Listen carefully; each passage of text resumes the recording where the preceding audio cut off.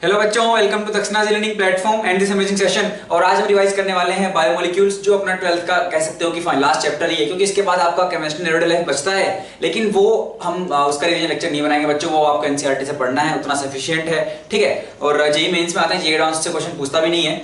तो कार्बोहाइड्रेट्स हम अगर हम बात करें बायोमोलिक्यूल्स की, तो हम इसको दो पार्ट में पढ़ेंगे। पार्ट वन में हम कार्बोहाइड्रेट्स पढ़ेंगे, और पार्ट टू में बेसिकली हम करेंगे आपके अमीनो एसिड्स और आपके न्यूक्लिक एसिड्स और प्रोटीन्स वगैरह वो सब, ठीक है। क्योंकि वो पोर्शन छोटा ही है। अगर आप बात करो न्यूक्लिक एसिड्स वाले पोर्शन की, तो उसमें केवल थ्योरेटिकल आरएनए डीएनए का स्ट्रक्चर बताना है और कैसे ये सब होता है, और बाकी अमीनो एसिड्स में भाई कैसे प्रोटीन्स बनते हैं। और फिर जेईई ने जो कुछ इंटरेस्टिंग क्वेश्चंस पूछ रखे हैं कि भाई पेप्टाइड का हाइड्रोलिसिस वगैरह कराओगे तो कैसे आपको दोबारा अमीनो एसिड्स मिलेंगे, और वो सारे क्वेश्चंस, ठीक है। तो वो एक पार्ट में हो जाएगा अपना कार्बोहाइड्रेट्स, क्योंकि ज्यादा इंपॉर्टेंट है। इसमें आप देखो तो बार बार घूम फिर के वही सब आता रहता है, ग्लूकोज का स्ट्रक्चर, फ्रक्टोज का स्ट्रक्चर, है ना। उसी में डी एल इनकी थोड़े बहुत जो छोटी मोटी रिएक्शंस हैं वो, और अगर आप बात करो भाई इनके साइक्लिक स्ट्रक्चर्स पे क्वेश्चन थोड़ा स्टीरियो मिक्स कर देते हैं। या फिर अगर हम बात करें भाई जैसे अगर हम जाएं डाइसैकेराइड्स पे, तो आपका सुक्रोज बहुत इंपॉर्टेंट हो जाता है, ठीक है। छोटी सी बात है कि भाई कैसे आप उसका हाइड्रोलिसिस करते हो तो क्या मिलता है, ये सब वो सब। ऐसे नीट में भी इस बार क्वेश्चन है, इस पे काफी कंट्रोवर्सी नहीं, मतलब काफी लोग मजाक बना रहे हैं कि भाई सेम क्वेश्चन दो जगह पूछ लिया है, उस टाइप की बातें है ना।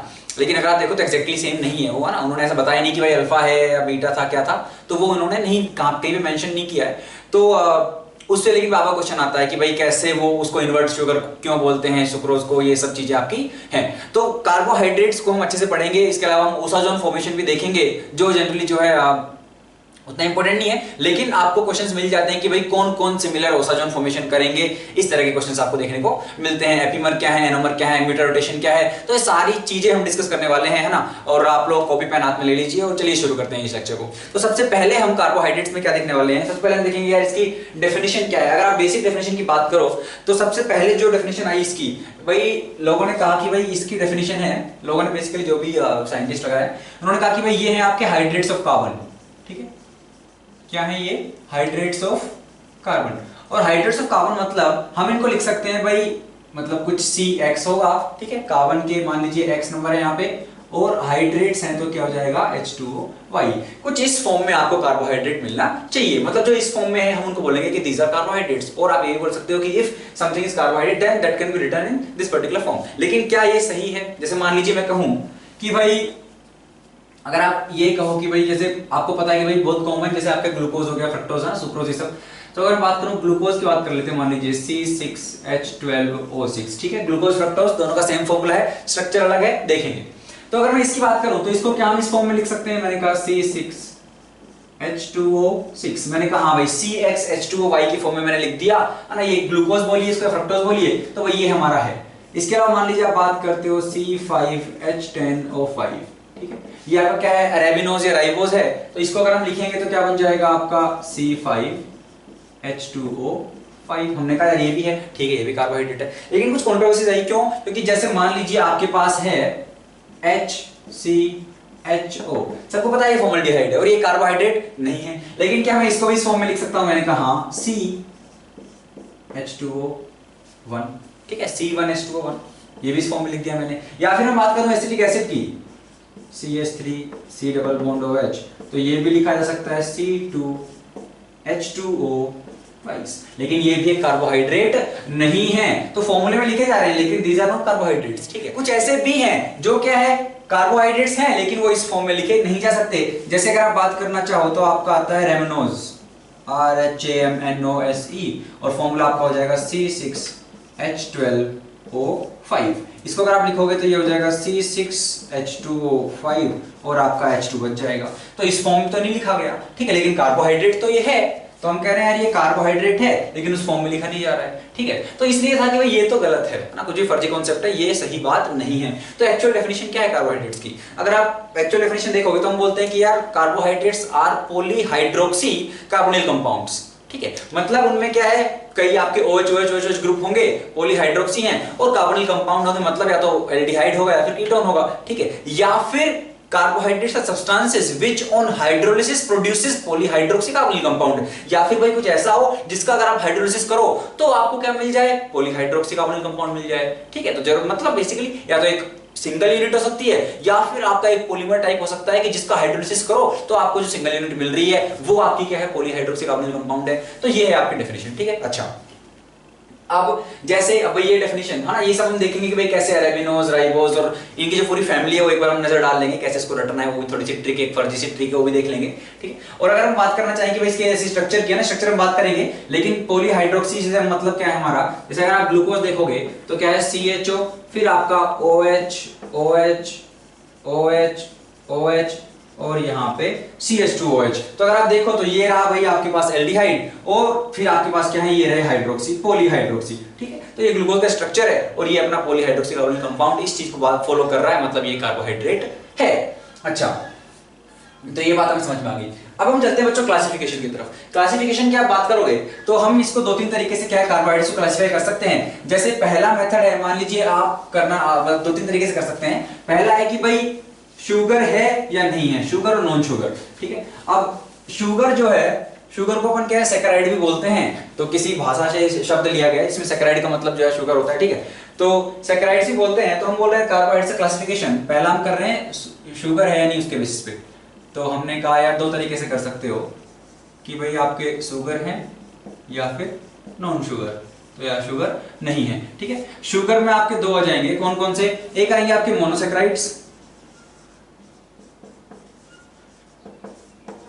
ठीक है। सैकराइड का मतलब हमने बात की, सैकराइड मतलब शुगर, ठीक है। और एक आपके आ जाएंगे ओलिगोसैकराइड्स,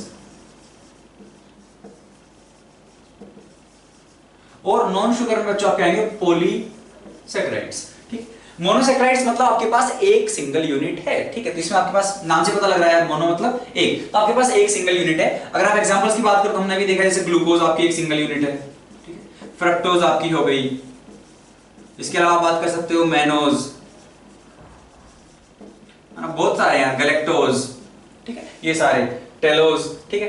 ओलिगोसैकराइड्स में क्या है आपकी 2 से 10, 2 to 10 आपकी क्या होंगे, इसमें मोनोसैकराइड्स होंगे। तो अगर आप इनका हाइड्रोलिसिस करोगे तो आपको 2 से 10 किसी इनके बीच में क्या है, आपको नंबर ऑफ मोनोसैकराइड यूनिट्स आपको मिलेंगी, ठीक है। अगर हम बात करें दो वाली, जैसे आप बात करना चाहो तो दो किस किस में है, और ये हम पढ़ने भी वाले हैं, तो हम वही देख रहे हैं। तो पहला इस मान लीजिए हमने बात की सुक्रोज, ठीक है। सुक्रोज हो गया आपका बच्चों, लैक्टोज हो गया, तीसरा अगर हम देखें माल्टोज हो गया, ठीक है, इसको माल्ट शुगर भी बोलते हैं। तो ये सारे आपके क्या है, अगर आप देखो तो डाइसैकराइड्स हैं। तो ओलिगो में क्या आपका ट्राई भी हो सकता है, ट्राई, टेट्रा, पेंटा, इस तरीके से क्या है आपके हो सकते हैं। तो डाई मतलब इनमें दो मोनोमर्स आपके, बेसिकली मोनोसैकराइड्स की दो यूनिट्स इनमें हैं। जैसे सुक्रोज में बात करें तो एक ग्लूकोज है एक फ्रक्टोज है, उसका हाइड्रोलिसिस करोगे तो आपको एक ग्लूकोज मिलेगा एक फ्रक्टोज मिलेगा, दो यूनिट्स मिली, तो मतलब ये क्या था, डाइसैकराइड था। तो ओलिगो मतलब 2 to 10। पोली की बात करोगे तो आपके पास क्या है, मोर देन 10 ऑब्वियसली, ठीक है। तो पॉलीसैकराइड्स की अगर हम बात करें तो वो नॉन शुगर हैं, ठीक है, उनको अपन शुगर नहीं बोलते हैं। और पॉलीसैकराइड्स में आप बात करोगे तो आपके एग्जांपल्स होंगे जो हम पढ़ेंगे, वो है आपके स्टार्च, ठीक है, सेल्यूलोज, ठीक है, ये सब आपके हैं, ग्लाइकोजन, ठीक है, ये सब हम पढ़ेंगे, ठीक है। तो ये सारे हम पढ़ने वाले हैं। अच्छा, तो ये तो हमारा क्लासिफिकेशन हो गया on the basis of sugar और नॉन शुगर। और हम कैसे क्लासिफाई कर सकते हैं, हम कर सकते हैं कि भाई आपका रिड्यूसिंग शुगर है या नहीं है, ठीक है। तो रिड्यूसिंग शुगर है या नहीं है वो कैसे डिसाइड करेंगे हम देखेंगे कि अगर उनके साइक्लिक स्ट्रक्चर में क्या है, कोई एक हेमी एसिटिल है, तो वो क्या है आपका रिड्यूसिंग शुगर होगा।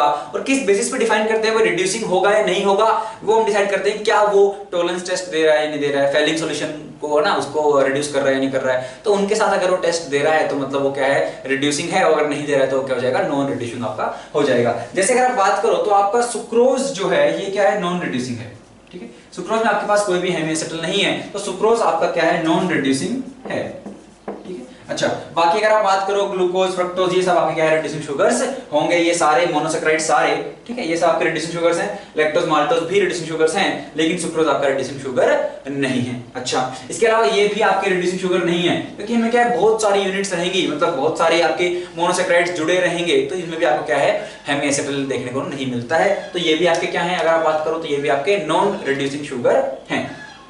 अच्छा, तो दूसरा आइए आपको समझ में आ गया होगा। दूसरा हमने बात किया on the basis of reduction कि भाई आपका रिड्यूसिंग शुगर है या फिर क्या है बच्चों, नॉन रिड्यूसिंग शुगर है। और हम देख चुके हैं कौन कौन रिड्यूसिंग है, कौन कौन रिड्यूसिंग नहीं है, और किस बेसिस पे करेंगे। हमने बात किया कि अगर उनमें हेमी एसिटिल लिंकेज है, उनकी साइक्लिक फॉर्म में बात करेंगे, साइक्लिक फॉर्म क्या है वो भी बात करेंगे। तो रिड्यूसिंग है और नहीं है तो वो नॉन रिड्यूसिंग है। अच्छा, और आप कैसे डिफाइन कर सकते हो इनको, और हम इनको क्लासिफाई कर सकते हैं ऑन द बेसिस ऑफ कि इनमें जो हमने कहा था पॉलीहाइड्रोक्सी कार्बोनिल कंपाउंड, तो वो कार्बोनिल कंपाउंड एल्डिहाइड है या फिर कीटोन है, तो उसके बेसिस पे भी क्या है आप उनको क्लासिफाई कर सकते हो। ठीक है, तो ये 3-4 तरह के क्लासिफिकेशंस हैं, तो इसके बेसिस पे हम क्लासिफाई इसको करते हैं। और अगर हम बात करें कि इसके बेसिस पे इनका हम नोमेनक्लेचर भी करते हैं, कैसे करते हैं देखिए, जैसे मान लीजिए आपके पास एक CHO है, ठीक है, फिर हाइड्रोक्सी है और मान लीजिए यहाँ पे CH2OH है, इधर H, ठीक है। तो इसका नामकरण कैसे करेंगे हम, कैसे करते हैं भाई,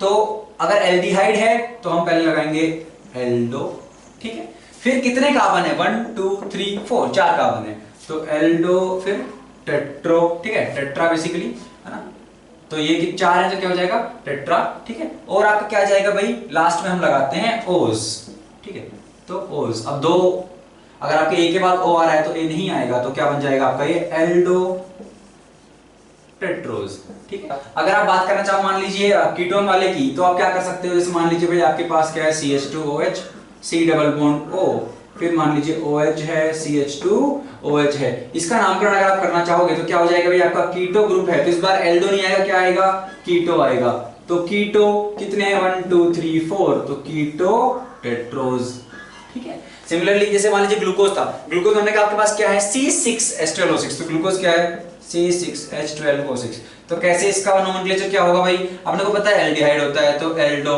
6 कार्बन है, तो एल्डो हेक्सोज, ठीक है। तो इस तरीके से जैसे फ्रक्टोज आपका जो है, इस मान लीजिए अगर हम बात करें फ्रक्टोज की, तो फ्रक्टोज में क्या हो जाएगा आपका कीटो ग्रुप होता है और आपका 6 कार्बन है, कीटो हेक्सोज। तो इस तरीके से क्या है इनका नोमेनक्लेचर भी होता है। एक और बात, जनरली क्या है, आप अगर देखोगे तो आपके जो कार्बोहाइड्रेट्स हैं क्या होंगे, आपके ऑप्टिकली एक्टिव होते हैं। एक एक्सेप्शन इसमें आता है, कौन सा, 1,3 डाई हाइड्रोक्सी, तो भाई आपका 1,3, तो 1 पे हाइड्रोक्सी, 2 पे कीटोन और इस पे भी हाइड्रोक्सी, तो 1 2 3, तो 1,3 डाई हाइड्रोक्सी प्रोपेनॉन, ठीक है, प्रोपेनॉन है तो ऑब्वियसली 2 पे आपका डबल बॉन्ड होगा, क्योंकि हम कीटोन की बात कर रहे हैं, तो इधर इधर लगता तो एल्डिहाइड बन जाता, या फिर इधर डबल बॉन्ड लगा दोगे तो कार्बोक्सिलिक बन जाएगा, तो वो होना नहीं है। तो हमने कहा 1,3 डाई हाइड्रोक्सी प्रोपेन 2 बोल लो या प्रोपेनॉन, ये आपका क्या है ऑप्टिकली इनएक्टिव है। बाकी आप देखोगे तो आपके क्या है ऑप्टिकली एक्टिव कार्बोहाइड्रेट्स होते हैं। अच्छा चलिए ये बात हो गई। इसके अलावा हम क्या बात करेंगे, इसके अलावा हम बात करेंगे इनकी फैमिली की। अगर आप बात करो इनकी फैमिली की, तो वो एक बार हम जो है फटाफट देख लेते हैं और उसको कैसे याद कर सकते हैं, क्या वो इंपॉर्टेंट है उसमें यार, कुछ कुछ इंपॉर्टेंट है, क्योंकि कई बार वो क्या है जब एपिमर्स और एनोमर्स पे क्वेश्चन पूछता है तो पूछ लेता है यार ग्लूकोज, और मान लीजिए आप बात करो गैलेक्टोज की या ग्लूकोज या मेनोज की, तो वो C2 है, C3 है, C4 है, कौन से एपिमर या एनोमर है, ये सब क्वेश्चंस क्या है वो पूछ लेते हैं, ठीक है। इसके अलावा तो मतलब तो अगर ये पूछ लिया है तो आपको पता होना चाहिए कि भाई ये कौन से एपिमर है, तो उसके लिए आपको उनका स्ट्रक्चर पता होना चाहिए। या मान लीजिए साइक्लिक फॉर्म कभी बना के दे दी, किसी की साइक्लिक फॉर्म बना के दे दी और आपसे पूछ लिया भाई ये क्या है, ये गैलेक्टोज की साइक्लिक फॉर्म है, मेनोज की है, टेलोज की है, एलोज की है, एल्ट्रोज की, किसकी है, तो उसके लिए आपको स्ट्रक्चर पता होना चाहिए, ठीक है। बहुत कम प्रोबेबिलिटी है इस बात की, जनरली ग्लूकोज और फ्रक्टोज ही आते हैं, है ना, लेकिन फिर भी आपको पता होना चाहिए, आ सकता है जेईई मेंस वगैरह में, कोई बड़ी बात नहीं है। चलिए बच्चों, तो आगे बढ़ते हैं अपने फैमिली ऑफ शुगर्स की तरफ। आई होप आप लोगों को जो नोमेनक्लेचर हमने किया वो समझ में आ गया होगा। सिंपल सा था, कुछ नहीं था यार। हमने बोला भाई पहले क्या है, बेस्ड ऑन क्या आपका एल्डिहाइड है या कार्बोनिल है ना, कीटोन है, उसके बेसिस पे क्या आएगा एल्डो या फिर कीटो। बीच में फिर based on number of carbons आपके, कि भाई आपके 3 कार्बन है, 3 है, 4 है ना, ट्राई, टेट्रा, पेंटा, हेक्सा, इस टाइप से जाएगा और लास्ट में जाएगा ओज। अब क्योंकि इसमें ओज ओ से शुरू हो रहा है और अगर इधर आपका लास्ट में क्या रहा, जैसे मान लीजिए टेट्रा रहा, तो ए के बाद ओ आएगा तो ए आपका नहीं आएगा, ठीक है, तो वो टेट्रोज जाएगा ना, तो एल्डो टेट्रोज, कीटो टेट्रोज, इस टाइप से एल्डो हेक्सोज, कीटो हेक्सोज। तो आई होप आपको वो समझ में आ गया होगा। अब हम चलते हैं फैमिली ऑफ शुगर्स की तरफ। और फैमिली ऑफ शुगर्स में अगर मैं बात करूं तो आपको ये पता होना चाहिए कि भाई, तो हमने बात किया आपको नेम्स वगैरह पता होना चाहिए, नेम्स के स्ट्रक्चर पता होने चाहिए। तो ये है अपना फैमिली ऑफ शुगर्स और इसमें सारे आपके क्या है मोनोसैकेराइड्स हैं, या फैमिली ऑफ कार्बोहाइड्रेट्स बोल लीजिए। तो इसमें सारे क्या है आपके मोनोसैकेराइड्स हैं और इन्हीं से फिर आपके क्या है ओलिगोसैकेराइड्स से पॉलीसैकेराइड्स बनते हैं। तो वही कैसे हैं ये देखिए। तो सबसे पहले जो टॉप में स्ट्रक्चर बनाया है हमने वो क्या आपका डी ग्लिसरल्डिहाइड है। ये स्ट्रक्चर कई बार हमारा आता है जब हमने स्टीरियो आइसोमरिज्म में डिफाइन किया था कि यार डी और एल कॉन्फ़िगरेशन आपकी जो है वो कैसे देखनी है। तो हम क्या कहते हैं यार फिशर बनाइए। फिशर में आपका जो मोस्ट ऑक्सीडाइज्ड है, सबसे ज्यादा ऑक्सीडाइज्ड कार्बन है, उसको आप टॉप पे लीजिए। तो CHO ये मेरा मोस्ट ऑक्सीडाइज्ड है, मैंने इसको टॉप पे लिया। आपके सारे कार्बन इसी है ना, वर्टिकल लाइन में है। और अब मान लीजिए आपका जो क्या है लोएस्ट कायरल सेंटर जो है कौन सा है भाई, इस सी पे अगर आप देखो 2 H है तो ये तो नहीं है मेरा कायरल सेंटर, इस पे 4 अलग अलग ग्रुप हैं, तो ये लोएस्ट जो है इस पे अगर आपका OH राइट हैंड साइड में तो हम कहते हैं D, लेफ्ट में है तो L। सिमिलरली क्या है अमीनो एसिड्स के लिए भी डिफाइन होता है, जैसे मान लीजिए आपका NH2 वहां पे ग्रुप होगा, OH नहीं होगा, तो NH2 राइट हैंड साइड में है तो D, लेफ्ट में है तो क्या हो जाएगा L। तो हमने कहा यार OH यहाँ पे क्या है राइट हैंड साइड में, तो ये है डी ग्लिसरल्डिहाइड, ठीक है। तो ग्लिसरल्डिहाइड में ऑलरेडी 3 कार्बन आप देख सकते हो। अब हमने क्या किया कि यार ये तो आपका फिक्स रहेगा, ठीक है, ये आपका फिक्स है, नीचे का पोर्शन अगर आप देखो तो मैंने सब में बना दिया है वो, तो इससे क्या है हमने 2 तीर निकाले, हमने कहा नीचे ये फिक्स है, ऊपर एक कार्बन ऐड होने वाला है। अब क्योंकि पॉलीहाइड्रोक्सी है तो उस पर हाइड्रोक्सी आएगा, एक OH आएगा, एक H आएगा, तो या तो OH राइट में आ सकता है या लेफ्ट में आ सकता है। जो अपन लेफ्ट की तरफ चल रहे हैं उनमें OH क्या है राइट में आएगा, मतलब ये आपका राइट में आएगा OHH, इधर आपका लेफ्ट में आएगा OHH, ठीक है। अच्छा भाई नाम क्या हुआ, नाम के लिए देखिए तो स्टॉप पे आपका क्या है भाई, तो ये ग्लिसरल्डिहाइड है तो अपन ने इसको G बोल दिया, ठीक है। ग्लिसरल्डिहाइड के बाद अपन ने पहले आएगा आपका गेट, ठीक है, गेट के बाद आपका आएगा RAXL, एक्स इधर बना लीजिए, ठीक है। तो ये तो आप रट सकते हैं कुछ गेट RAXL टाइप का है, ठीक है, कुछ भी। तो G से निकले E और T, E क्या है आपका इराइथ्रोस, तो D तो आपका रहेगा क्योंकि लोएस्ट पे अगर आप देखो तो OH राइट हैंड साइड में रहेगा, वो हमने डिस्टर्ब ही नहीं किया है, तो सबके सब क्या है ये D है जो इस बोर्ड पे हमने अभी बना रखे हैं। तो ये क्या हो जाएगा भाई आपका D तो है ही, और E से क्या है भाई आपका इराइथ्रोस, मतलब ERY इरिथ्रोस, ये रहा, ठीक है। तो डी इरिथ्रोस ये है, ठीक है। अच्छा ये क्या है भाई आपका डी तो रहेगा ही, लेकिन क्या है ये आपका थ्रियोज, तो क्या है फिर बाकियों के लिए भी क्या है, एक बार कई बार ये लोग पूछ लेते हैं कि भाई ये इरिथ्रोज है या फिर थ्रियोज है, कैसे डिफाइन किया गया है, अगर आपके सारे हाइड्रोक्सी सेम साइड में हैं तो वो क्या है भाई आपका इरिथ्रोज है, और अगर सेम साइड में नहीं है तो क्या हो जाएगा वो आपका ये थ्रियोज हो जाएगा, अगर सेम साइड में है तो वो आपका इरिथ्रोज होगा। अच्छा अब डी इरिथ्रोस जो है अपना ये यहां तक हो गया। अब नीचे के ये 2 इस वाले के लिए तो फिक्स हो गए क्योंकि इसका OHH इधर आ गया, ठीक है। तो यहां से अब जो तीसरी लाइन बनाई हमने भाई, अब नीचे के 3 कार्बन फिक्स हो गए, अब यहां से एक और लाइन आएगी इंट्रोड्यूस होगा, यहाँ पे कार्बन है, अब इसमें OH राइट में हो सकता है लेफ्ट में, जो लेफ्ट में उस पे कहां बनाएंगे हम राइट में, तो ये होगा OHH, और ये तो फिक्स ही हो गया था, फिक्स मतलब क्योंकि ये इराइथ्रोस से आ रहा है तो ये तो फिक्स है, और यहाँ पे हो सकता है वो लेफ्ट में। अच्छा उसके बाद अगर आप देखो तो क्या है भाई RAXL, सिमिलरली यहाँ पे भी कर लेते हैं, ये लेफ्ट वाला तो फिक्स हो गया था तो यहाँ पे OHH लेफ्ट में रहेगा, और क्योंकि फिर ये इस वाले से लेफ्ट में निकला है तो अगले वाले पे राइट में आएगा OHH, और ये इससे भी क्या है राइट में निकला है तो ये तो फिक्स था OHH, और राइट में निकला है तो यहाँ पे भी क्या आ जाएगा बच्चों OHH। कुछ इस तरीके से नाम अगर आप देखना चाहो तो क्या है RAXL है तो R है इसका, मतलब ये क्या है भाई आपका राइबोज, R से है राइबोज, A से क्या है अगर आपका अरेबिनोज, तो ये क्या है भैया आपका ARABINOSE, ये आपका अरेबिनोज है। ये क्या है भैया आपका जाइलोज, XYLOSE, और ये क्या है भैया आपका लाइजोज, तो LIXOSE, सबके सब D हैं क्योंकि लोएस्ट पे क्या है OH राइट हैंड साइड में है। अच्छा उसके बाद के भाई इन सबसे भी 2-2 निकलेंगे क्योंकि इनके ऊपर एक और कार्बन इंट्रोड्यूस होगा।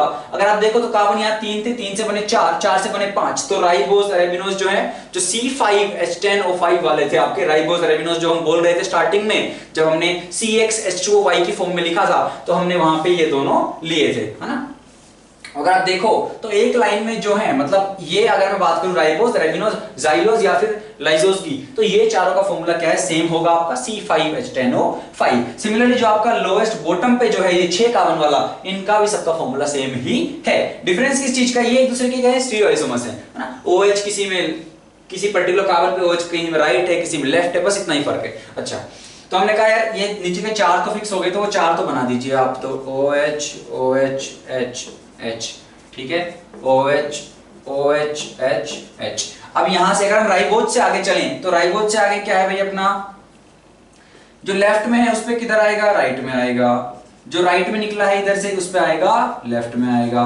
इसको जिसमें सारे आपके क्या है ये OH सेम साइड में है इसका नाम है आपका एलोज, ठीक है। ये जिसमें केवल टॉप मोस्ट पे अगर आप देखो जो 1 2 सेकंड नंबर कार्बन पे लेफ्ट में ये क्या है भाई आपका एल्ट्रोज, ठीक है। अगर हम तीसरे पे चलें, अब इस पे ये इसका माई बाप ये है तो इतनी तो फिक्स रहेगी इसकी, केवल जो इसके ऊपर कार्बन इंट्रोड्यूस होगा उस पे HOH आपका इधर उधर होगा, तो इतना तो फिक्स कर लीजिए, तो OH H, OH H, ठीक है। यहाँ पे भी बना सकते हैं OH H, OH H, ठीक है। अब क्या होगा, ये लेफ्ट में निकला है तो यहाँ राइट में आएगा, ये राइट में निकला है तो यहाँ लेफ्ट में आएगा OH।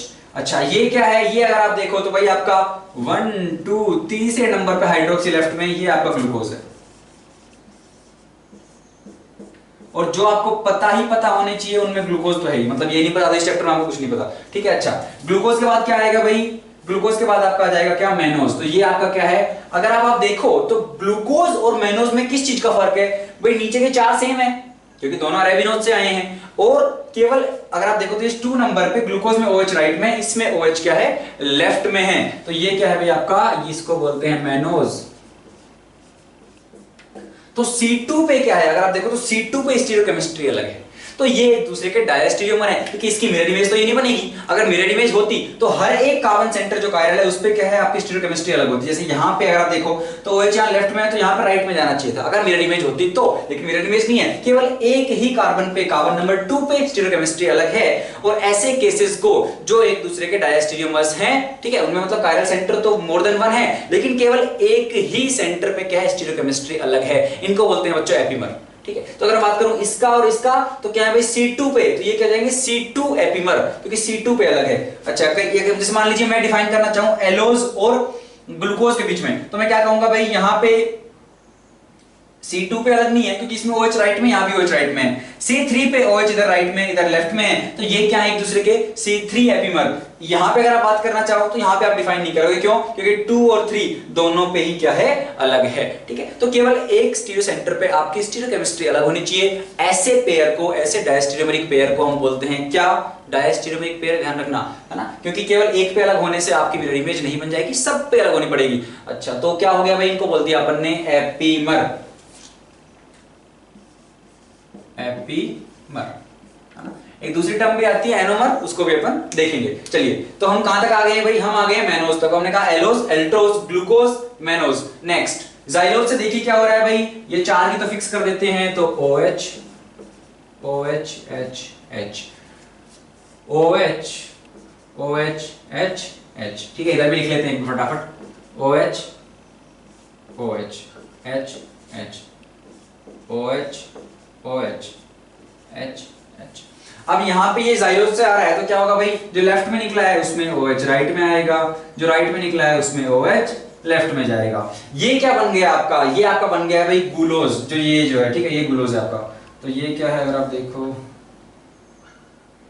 तो जगह हमारे पास, ठीक है, तो यहाँ पे लिख लेते हैं। तो चलो यहाँ पे नाम वैसे भी आएंगे, तो हमने कहा जो X से निकले हैं, एक है ग्लूकोज, एक है आयोडोज, ठीक है। और जो L से आपके निकलेंगे, ठीक है, जो L से आपके निकलेंगे, तो जो लेफ्ट में निकलेगा ये होगा गैलेक्टोज और इधर आपका होगा टेलोज, ठीक है। तो हमने कहा ये है, फिर यहाँ पे भी जो लेफ्ट है ना, तो ये हो गया अपना क्या, ग्लूकोज, ये हो गया आयोडोज। यहाँ पे लेफ्ट में निकला है OH आएगा राइट में, राइट में निकला है OH आएगा लेफ्ट में, है ना। मैं राइट लेफ्ट जो निकला इसकी बात कर रहा हूँ, इससे लेफ्ट में आया और राइट में आया, ठीक है। तो ये क्या हो गया अपना, अपन ने बात की दिस इज योर गैलेक्टोज, और सबके सब D हैं, ये बात आगे लिखने की जरूरत मुझे नहीं है, ठीक है। गैलेक्टोज और ये क्या हो जाएगा भाई आपका टेलोज, ठीक है। तो इस तरीके से क्या है, आपके सारे हैं, सबके सब D हैं। अगर मान लीजिए मुझे इनका L बनाना है, ठीक है, L कैसे बनाऊंगा, जैसे मान लीजिए मुझे किसी ने बोल दिया भाई कि जो ग्लूकोज है आपका D ग्लूकोज, आपको L ग्लूकोज चाहिए, तो क्या करिए आप D ग्लूकोज की मिरर इमेज ले लीजिए। आप मिरर इमेज लेंगे तो आप पाएंगे कि भाई जो OH यहाँ राइट में है, मिरर इमेज में वो लेफ्ट में आएगा, तो वो क्या हो जाएगा भाई इसका, अगर आप लेफ्ट में आ गया OH, तो लोएस्ट कायरल सेंटर पे OH क्या है, लेफ्ट हैंड साइड में है। लेफ्ट हैंड साइड में मतलब क्या है, वो L कॉन्फ़िगरेशन है, और क्या हो जाएगी वो इसकी मिरर इमेज L ग्लूकोज आपको इस तरीके से मिल जाएगा। तो किसी का भी आपको मान लीजिए अगर L वाला बनाना है तो just take a mirror image, ठीक है। अच्छा चलिए ये हो गया, बात आती है भाई इसको रटे कैसे, है ना। तो यार देखिए यहाँ तक टॉप वाला जो है वो दोबारा अपन फटाफट बोल लेते हैं। सबसे शुरू हुआ भाई ग्लिसरॉल्डिहाइड, फिर आया आपका क्या इराइथ्रोज, थ्रियोज, फिर अपना आया राइबोज, अरेबिनोज, जाइलोज, लाइजोज, ठीक है। अच्छा फिर अपना क्या क्या आया, फिर हमने कहा एलोज, एल्ट्रोज, और अपना आया ग्लूकोज, मेनोज, फिर अपना आया ग्लूकोज, आयोडोज, गैलेक्टोज, टेलोज, तो मैंने एक इसकी बहुत फर्जी सी ट्रिक बना रखी है, ठीक है। अगर आप लोगों को फर्जी लगे तो आप अपनी बना लो, कुछ ही बना सकते हो यार ना, कुछ भी निमोनिक, कुछ भी, कोई एक स्टोरी जो आप मतलब भूलो ना, है ना, बहुत ही बेसिक ऐसे नाम से सीधा तो कुछ नहीं बना पाओगे। कोई एक ऐसी स्टोरी जो आप 4-5 पढ़ो तो स्टोरी आपको याद रह जाए, तो जो है उससे आप मतलब भूलोगे नहीं है। आपको मेथड तो पता ही है कैसे आप नीचे तक पहुंच सकते हो, ठीक है। भाई लेफ्ट राइट में HOH डालते जाना है, इस तरीके से आप क्या है ला सकते हो। तो क्या है, तो सबसे जो बॉटम मोस्ट जो लेयर है यहाँ पे, जो बॉटम वाली है, उसके लिए मैंने बनाई है कि भाई मान लीजिए मुझे एक आदमी को क्या है मतलब मैंने कहा कि भाई सबको जो है ना मतलब ग्लूकोज तो जो है ना मंगवानी चाहिए, है ना, तो रोजाना जो है सबको ग्लूकोज मंगवानी चाहिए, कुछ इस तरीके की बात है ना। और फिर क्या है, उसको क्या है बिल्कुल ग्लास में आधा से डालना चाहिए, तो सबको रोजाना ग्लूकोज, तो सबको रोजाना ग्लूकोज मंगवानी चाहिए, ग्लास में आधा से डालनी चाहिए उस ग्लूकोज को, ठीक है, और फिर उसको पीना चाहिए। लेकिन एक आदमी ने कहा नहीं यार मुझे गले में तकलीफ है, ठीक है, बस अब मेरी स्टोरी इतनी है। तो हमने क्या कहा, क्या बन गया यहाँ पे, तो यहां से ऑल से लिया मैंने, है ना, सबको जो था वो, तो ऑल रोजाना, ये रोज जो अल्ट्रोज का रोज है ये, तो ऑल रोजाना ग्लूकोज, तो ग्लूकोज ही है, ग्लूकोज है ना, मंगवाओ से मैनोज से मंगवाओ हो जाएगा, तो ऑल रोजाना ग्लूकोज मंगवाओ। फिर हमने क्या कहा भाई कि ग्लास में आधा से डालनी चाहिए, तो ग्लास में बात करोगे तो ग्लास में ये ग्लूकोज, तो ग्लास तो उस टाइप से आप रिलेट कर सकते हो, ग्लास में आधा से, तो आयोडोज आधा थोड़ा सा बन रहा है, ठीक है। तो और रोजाना ग्लूकोज मंगाओ, ग्लास में आधा से डालो, और फिर क्या हो जाएगा, एक भाई गले में तकलीफ है, गले में मतलब गैलेक्टोज, तकलीफ में टेलोज लगा सकते हो आप। तो कुछ इस तरीके से बना सकते हो कि भाई ओल्ड रोजाना ग्लूकोज मंगाओ, फिर ग्लास में आधा से डालो, एक ने कहा ग्लास में मेरे गले में तकलीफ है, ठीक है। तो इस तरीके का कुछ बन गया है DL। आप आई होप आपको समझ में आ गया होगा। तो चलिए बच्चों, अब हम आगे बढ़ेंगे सीधा, अब ये तो अपना बहुत ही बेसिक बात हो गई। अब हम चलेंगे ग्लूकोज का स्ट्रक्चर क्या है, कैसे पता लगा हमें कि भाई इसका ऐसा स्ट्रक्चर है, कैसे पता लगा कि ये साइक्लिक फॉर्म में एग्जिस्ट करता है, ठीक है। उसके बाद अपन डिफाइन करेंगे म्यूटेट रोटेशन क्या है, अपन देखेंगे कि भाई अल्फा बीटा इसके जो दो आइसोमर बनते हैं, है ना, उनमें कौन स्टेबल है कौन नहीं है ना, कैसे वो एक दूसरे में इंटरकन्वर्टिबल हैं, फ्रक्टोज की साइक्लिक फॉर्म वगैरह देखेंगे, और फिर हम चलेंगे डाइसैकराइड्स पे। तो बच्चों आगे बढ़ते हैं, देखिए ग्लूकोज की प्रिपरेशन कैसे कर सकते हैं हम। तो भाई आपके पास सुक्रोज है, मान लीजिए केन शुगर जो है उसका अगर आप एसिडिक हाइड्रोलिसिस करोगे, ठीक है, तो अपने पास है C12H22O11, अपन ने इसका H3O+ किया, हाइड्रोलिसिस किया in presence of N acid, तो अपने को क्या मिला, तो आपको मिलेगा यहाँ पे ग्लूकोज प्लस फ्रक्टोज, दोनों का ही फॉर्मूला क्या है, C6H12O6 प्लस C6H12O6, ठीक है। तो आपको ग्लूकोज फ्रक्टोज मिल जाएगा। इसके अलावा हम ये बात नहीं करेंगे कि हम अल्फा फॉर्म मिलेगी बीटा, वो हम बाद में डिस्कस करेंगे, हमने कहा ग्लूकोज फ्रक्टोज मिलेगा। अच्छा, स्टार्च की, या फिर आप क्या कीजिए, आपके पास स्टार्च है, स्टार्च क्या है, एक आपका पॉलीसेकेराइड है ना, स्टार्च है आपके पास, तो स्टार्च का भी अगर आप हाइड्रोलिसिस कर दोगे तो भी आपको क्या मिल जाएगा बच्चों, यहाँ पे ग्लूकोज आपको मिल जाएगा, ठीक है। दोनों ही मेथड से क्या है आप ग्लूकोज को पा सकते हैं। ग्लूकोज की अगर अपन बात करें तो अपन ने बात किया है ग्लूकोज जो अपना मान लीजिए जो ये स्ट्रक्चर है आपका CHOOH, इस पे OH लेफ्ट में, इस पे OH राइट में, फिर राइट में, फिर CH2OH। तो इसमें हमने बात की कि यार ये क्या है आपका D+ ग्लूकोज है, ये डी कौन सा, जो ग्लिसरल्डिहाइड वाली नोमेनक्लेचर से आया है कि भाई OH राइट में है लेफ्ट में, ऑन बेसिस ऑन ना, on the basis of that we decided whether it is D और L। लेकिन जो ये प्लस है, क्या इस D और इस प्लस का रिलेशन है, तो ये आपको बात बिल्कुल दिमाग में क्लियर होनी चाहिए कि इस D का इस प्लस से कोई लेना देना नहीं है। प्लस का मतलब है कि भाई ये है जो आपकी जो प्लेन पोलराइज्ड लाइट है, जो PPL है, उसको क्लॉकवाइज घुमाएगा, एंटी क्लॉकवाइज घुमाएगा। प्लस का मतलब है क्लॉकवाइज घुमाएगा, माइनस का मतलब एंटी क्लॉकवाइज घुमाएगा। लेकिन क्या इस D से वो डिसाइड होता है, जी नहीं, है ना। ये एक वजह की इत्तेफाक है कि ये D है और ये प्लस है। हो सकता है कोई दूसरा कार्बोहाइड्रेट D हो लेकिन वो उसकी क्या है माइनस हो, तो इसका इससे कोई भी रिलेशन नहीं है। ये प्योरली क्या है, अगर आप कहो तो आपकी D और L किससे आई है, एक रिलेटिव कॉन्फ़िगरेशन है कि भाई ग्लिसरल्डिहाइड से रिलेट करके मैंने बताया कि हाँ यार ये D है L है, ठीक है, इसका इससे कोई लेना देना नहीं है। अब आगे चलते हैं, मुझे कैसे पता लगा यार ग्लूकोज जो है उसमें 6 कार्बन एक स्ट्रेट चेन में है, उसका फॉर्मूला C6H12O6 है, एक कार्बोनिल ग्रुप है उसमें एल्डिहाइड, बाकी सारे उसमें OH हैं, कैसे पता लगा, है ना। और ये कैसे पता लगा कि साइक्लिक स्ट्रक्चर उसका एग्जिस्ट करता है, वो आपकी स्ट्रेट चेन में बहुत ही कम जो है उसमें कम परसेंटेज में वो एग्जिस्ट करता है। कैसे पता लगा, जैसे मान लीजिए भाई ग्लूकोज मेरा जो भी था मुझे नहीं पता क्या है अभी तक, मैंने उसका कंबशन कराया, कंबशन कराओगे तो क्या आपने कंबशन कराया तो मुझे मिला CO2H2O, मिला, कुछ एनर्जी रिलीज हुई, तो CO2H2O कितना मिला उसके बेसिस से मुझे पता लग सकता है कि इसमें कार्बन हाइड्रोजन ऑक्सीजन की कंपोजिशन क्या रही होगी, ठीक है, ये आप पता लगा सकते हो, बिल्कुल पता लगा सकते हैं। अच्छा, तो यहां से मुझे इसका फॉर्मूला पता लग गया, ठीक है ना। उसके बाद मैंने कहा कि यार HI के साथ मैंने इसको हीट किया, HI के साथ आप हीट करोगे तो क्या होगा भैया आपका, हमें N हेक्सेन मिला, क्योंकि अपने को पता है HI क्या है, ये आपका ऑक्सीजन का दुश्मन है, तो सारी ऑक्सीजन खत्म हो जाएंगी यहाँ से और ये आपको एक स्ट्रेट चेन मिलेगी जहां पे आपके 6 के 6 कार्बन जो है एक स्ट्रेट चेन में होंगे। ठीक है, तो आपको एक स्ट्रेट चेन मिली यहां से, तो हमने कहा एक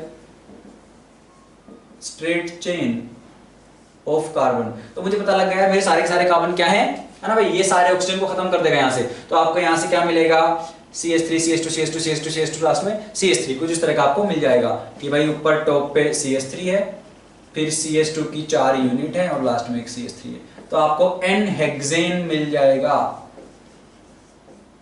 N हेक्सेन। तो मुझे पता लग गया सारे के सारे स्ट्रेट चेन में लगे हुए हैं। फिर मैंने इसकी रिएक्शन करवा दी भाई हाइड्रोक्सिल अमीन से, या मैंने किससे करवा दी, KCN से। तो अगर आप इससे इसकी रिएक्शन करवाओगे तो क्या मिला हमें भाई इनका एक इक्विवेलेंट दोनों का कंज्यूम हुआ। अब दोनों का एक इक्विवेलेंट कंज्यूम हुआ मतलब अपने को पता है भाई ये दोनों किनके साथ रिएक्शन करते हैं, KCN आपका उसको कार्बोनिल सेंटर मिला, वो वहां पे जाके उसमें अटैक मारेगा और वहां पे आपका CN लग जाएगा और OH बन जाएगा दूसरा।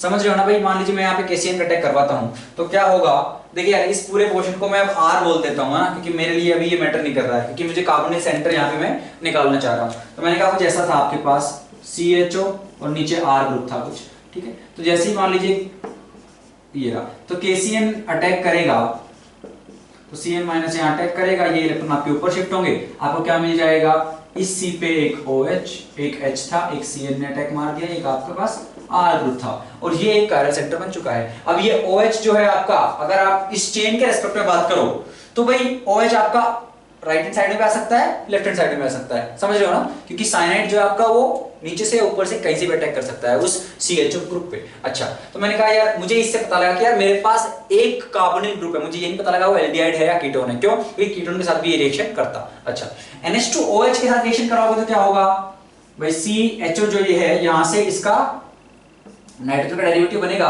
और यहां से वाटर निकल जाएगा, C डबल बॉन्ड NOH, आपको ये मिल जाएगा। हमने कहा ठीक है यार ये मिल जाएगा, तो इससे भी मुझे क्या पता लगा यार एक इक्विवेलेंट कंज्यूमर मतलब उसमें एक कार्बोनिल ग्रुप है, लेकिन मुझे ये कब पता लगा कि यार वो कार्बोनिल ग्रुप मेरा एल्डिहाइड है। कैसे पता लगा मुझे, जब मैंने इसकी रिएक्शन करवाई Br2H2 जो एक माइल्ड ऑक्सीडाइजिंग एजेंट है, तो यहां से अपने को जो मिला भाई इसका एक इक्विवेलेंट गया और मुझे क्या मिला यहां से मुझे मिला ग्लूकोनिक एसिड। ग्लूकोनिक एसिड क्या होता है भाई आपका C डबल बॉन्ड OH, फिर आपका ये OH OH, फिर आपका OH OH, नीचे सब कुछ सेम है। बेसिकली जो आपका एल्डिहाइड ग्रुप था उसने उसको ऑक्सीडाइज करके कार्बोक्सिलिक में कन्वर्ट कर दिया। ये अल्कोहल को 1 डिग्री अल्कोहल को ये ऑक्सीडाइज नहीं कर सकता, स्ट्रॉन्ग नहीं है, माइल्ड है, तो इसने एल्डिहाइड को कार्बोक्सिलिक में कन्वर्ट किया। मुझे पता लग गया है जो अपना एक ग्रुप था अगर वो कन्वर्ट कीटोन को ऑक्सीडाइज नहीं कर सकता मतलब वो क्या है, एल्डिहाइड है। एल्डिहाइड है मतलब कॉर्नर पे रहा होगा, सीधी सी बात है, बीच में तो एल्डिहाइड बन नहीं सकता ना भाई, है ना, टर्मिनल पे मिलेगा। तो अपन ने क्या पता लगाया यहां से कि जो एक कार्बोनिल ग्रुप था दैट इज योर एल्डिहाइड। अच्छा, फिर मैंने क्या किया, मैंने इसकी रिएक्शन करवाई भाई कॉन्सेंट्रेटेड नाइट्रिक एसिड से। अब ये अपना एक स्ट्रॉन्ग ऑक्सीडाइजिंग एजेंट है, इसने मुझे क्या दिया, इसने मुझे दिया ग्लूकारिक एसिड। तो ग्लूकारिक एसिड क्या है आपका कि भाई COOH टॉप पे भी और जो आपका 1 डिग्री अल्कोहल था बॉटम पे उसको भी ये COOH बना देगा। तो ग्लूकारिक एसिड क्या है भाई, यहां पे भी COOH डाल दीजिए और जो CH2OH था नीचे 1 डिग्री उसको भी COOH बना दीजिए। ये आपका ग्लूकारिक एसिड, क्योंकि स्ट्रॉन्ग ऑक्सीडाइजिंग एजेंट था, इसने 1 डिग्री अल्कोहल को भी कार्बोक्सिलिक में कन्वर्ट कर दिया। इससे मुझे पता लग गया कि ठीक है यार Br2 के साथ मुझे नीचे COOH नहीं मिला, लेकिन इसके साथ मिल गया, मतलब क्या है आपका 1 डिग्री अल्कोहल नीचे है, तो नीचे अल्कोहल मुझे पता लग गया, ऊपर क्या है मेरा एल्डिहाइड है। अच्छा, इतनी बात अपने को समझ में आ गई। फिर अपन ने क्या करवाया भाई, बीच में क्या है ये पता करने के लिए अपन ने किससे रिएक्शन करवाई, इसकी आपने एसिटिक एनहाइड्राइड से रिएक्शन करवाई इन प्रेजेंस ऑफ pyridine। क्या होगा भाई यहाँ पे, एसिटिक एनहाइड्राइड क्या है आपका, इसको थोड़ा सा मिटा लेते हैं बच्चों। मैंने इसकी रिएक्शन करवाई C double bond O C double bond O CH3। अब क्या होगा, जो मेरे हाइड्रोक्सी होंगे, जो OH होंगे भाई, वो मेरे पास मान लीजिए कुछ ROH है, तो वो OH आएगा यहाँ, ये लिविंग ग्रुप बनके बाहर निकल जाएगा, तो ये एसिटाइल जो है इस O के साथ लग जाएगा, C double bond O CH3, ठीक है, तो ये आपके पास लग जाएगा। अच्छा, तो मैंने कहा यहां से मेरे 5 कंज्यूम हुए इसके, ठीक है, इसके 5 इक्विवेलेंट कंज्यूम हुए, मतलब मुझे पता लग गया यार 5 OH प्रेजेंट हैं और 1 डिग्री का मुझे ऑलरेडी पता लग गया था नीचे, मतलब 4 और OH हैं। तो एक कार्बन पे अपने को पता लगा एल्डिहाइड है, दूसरे अपने को पता लगा 1 डिग्री अल्कोहल है, 4 बचे और 4 ही मेरे पास क्या है, OH ग्रुप हैं। अब एक पे तो 2 OH स्टेबल होते नहीं है, ठीक है, तो मतलब चारों पे एक एक OH है, तो 4 हाइड्रोक्सी है, तो मुझे पता लग गया किस तरह का स्ट्रक्चर मेरा ग्लूकोज का है। ठीक है, आप आई होप आप समझ गए होंगे। अगर आप एसिटोप्रिडिन से कराओगे तो क्या होगा भाई, इसको उड़ाते हैं, फिर क्या होगा आपका, ऊपर CHO था, यहां से कुछ नहीं होना, ये जो O था यहाँ पे लेफ्ट में OH था, यहाँ पे राइट में OH था, यहाँ पे राइट में OH था, यहाँ पे CH2OH था, यहाँ पे क्या हो जाएगा C double bond O CH3, ऐसे करके सब पे ये ग्रुप आपका लग जाएगा हाइड्रोक्सी वाले पे। अब जब हमने इसकी रिएक्शन, तो ये तो सब समझ में आ गया, अपने को स्ट्रक्चर पता लग गया, लेकिन एक दिक्कत आई। क्या, कब दिक्कत आई? जब अपन ने इसकी रिएक्शन करवाई सिर्फ रिएजेंट से। जब आप पढ़ते हो चार, कौन कौन से, जब आप पढ़ते हो टोलन, फेलिंग, बेनेडिक्ट, है ना, और सिर्फ रिएजेंट जो है ना रोजेनिलिन हाइड्रोक्लोराइड वाला आपका होता है, वो बहुत ही बल्कि आपका क्या है, वो न्यूक्लियोफाइल है, तो उससे इसकी रिएक्शन नहीं हुई। अगर आपके पास एल्डिहाइड था, अगर आपके पास वो फ्री एल्डिहाइड है, तो रिएक्शन तो होनी चाहिए थी, लेकिन उससे इसकी रिएक्शन नहीं हुई। इसकी रिएक्शन किससे नहीं हुई? सोडियम बाइसल्फाइड से भी इसकी रिएक्शन नहीं हुई, और 2,4-DNP से भी इसकी रिएक्शन नहीं हुई। क्यों नहीं हुई?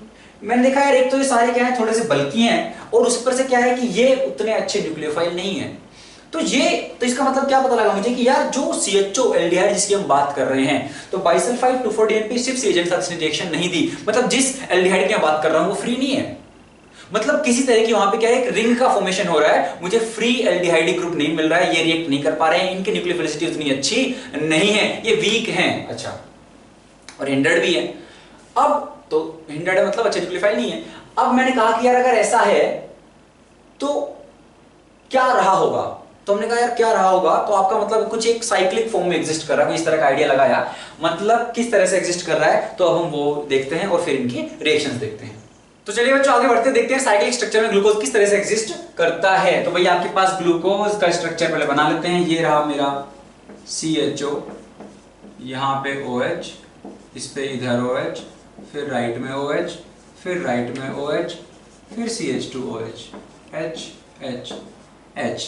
ठीक है। अच्छा, अब किस तरीके से साइक्लिक बन रहा होगा भाई, कि यहाँ पे जो आपके हाइड्रोक्सी ग्रुप है और आपके पास जो यहाँ पे डबल बॉन्ड OH है, जो एल्डिहाइड कार्बोनिल ग्रुप है, जो कि एक इलेक्ट्रोफिलिक सेंटर है, ये एक न्यूक्लियोफाइल की तरह काम कर सकता है OH, क्योंकि इसके पास लोन पेयर है। तो क्या होगा देखिए यार, वहां यहाँ से मैं किस वाले का अटैक कर रहा हूँ, देखिए 1 2 3 4 5, अगर ये वाला OH अटैक करेगा तो 5 तो कार्बन है और एक O जो अटैक करेगा वो भी आएगा रिंग में, तो 6 मेंबर्ड बनेगी, तो है ना, तो आपकी 6 मेंबर्ड ज्यादा स्टेबल होगी, तो ये अटैक करेगा यहाँ और आपका ये शिफ्ट करेगा पेयर आपका ऊपर। अगर ये बना तो समझना अब क्या हो सकता है कि यार ये जब O अटैक कर रहा है यहाँ पे, तो ये जो यहाँ पे O माइनस बनेगा, फिर वो H+ ले लेगा सॉल्यूशन से, तो वो OH बन जाएगा। तो एक इस कार्बन पे एक OH होगा, एक H होगा, एक ये ग्रुप होगा और एक तरफ वो इस O से कनेक्टेड होगा। तो जो ये OH और H आ रहा है, इसको आप इस तरह समझना कि भाई क्या बता सकते हो आप यहाँ पे कि यार ये कुछ ऐसा हो सकता है, सेकंड पे OH इधर है, मुझे कोई लेना देना नहीं है, थर्ड पे इधर है, फोर्थ पे इधर है, ये रहा फिफ्थ, और यहाँ पे CH2OH है इसने, और यहाँ पे एक मेरा C है, यहाँ पे इसने अटैक मारा, बीच में वो O से जुड़ गया, तो इस पे जो OH है वो राइट में भी हो सकता है और ये लेफ्ट में भी हो सकता है। अब अगर ये राइट में रहा, ठीक है, समझ रहे हो ना यार, क्योंकि ये अटैक मार रहा है, ऊपर से मार सकता है, नीचे से मार सकता है, तो उसके बेसिस पे आपका OH जो है वो आपका इधर या इधर हो सकता है। अब अगर ये राइट में रहा, क्या हम ए को खा गए, ठीक है, अगर ये राइट में रहा तो हमने देखा है बाकी सारे राइट में ही है ना, अगर राइट वाला इसको क्या बोलते हैं, इसको बोलते हैं अल्फा। अगर ये राइट में रहा तो ये है इसकी अल्फा फॉर्म, और अगर OH लेफ्ट में रहा तो क्या है, वो उसकी बीटा फॉर्म है। अब इसको साइक्लिक में बना लेते हैं। मैंने कहा एक 6 मेंबर्ड रिंग बनी, तो 6 मेंबर्ड रिंग आप बना लीजिए।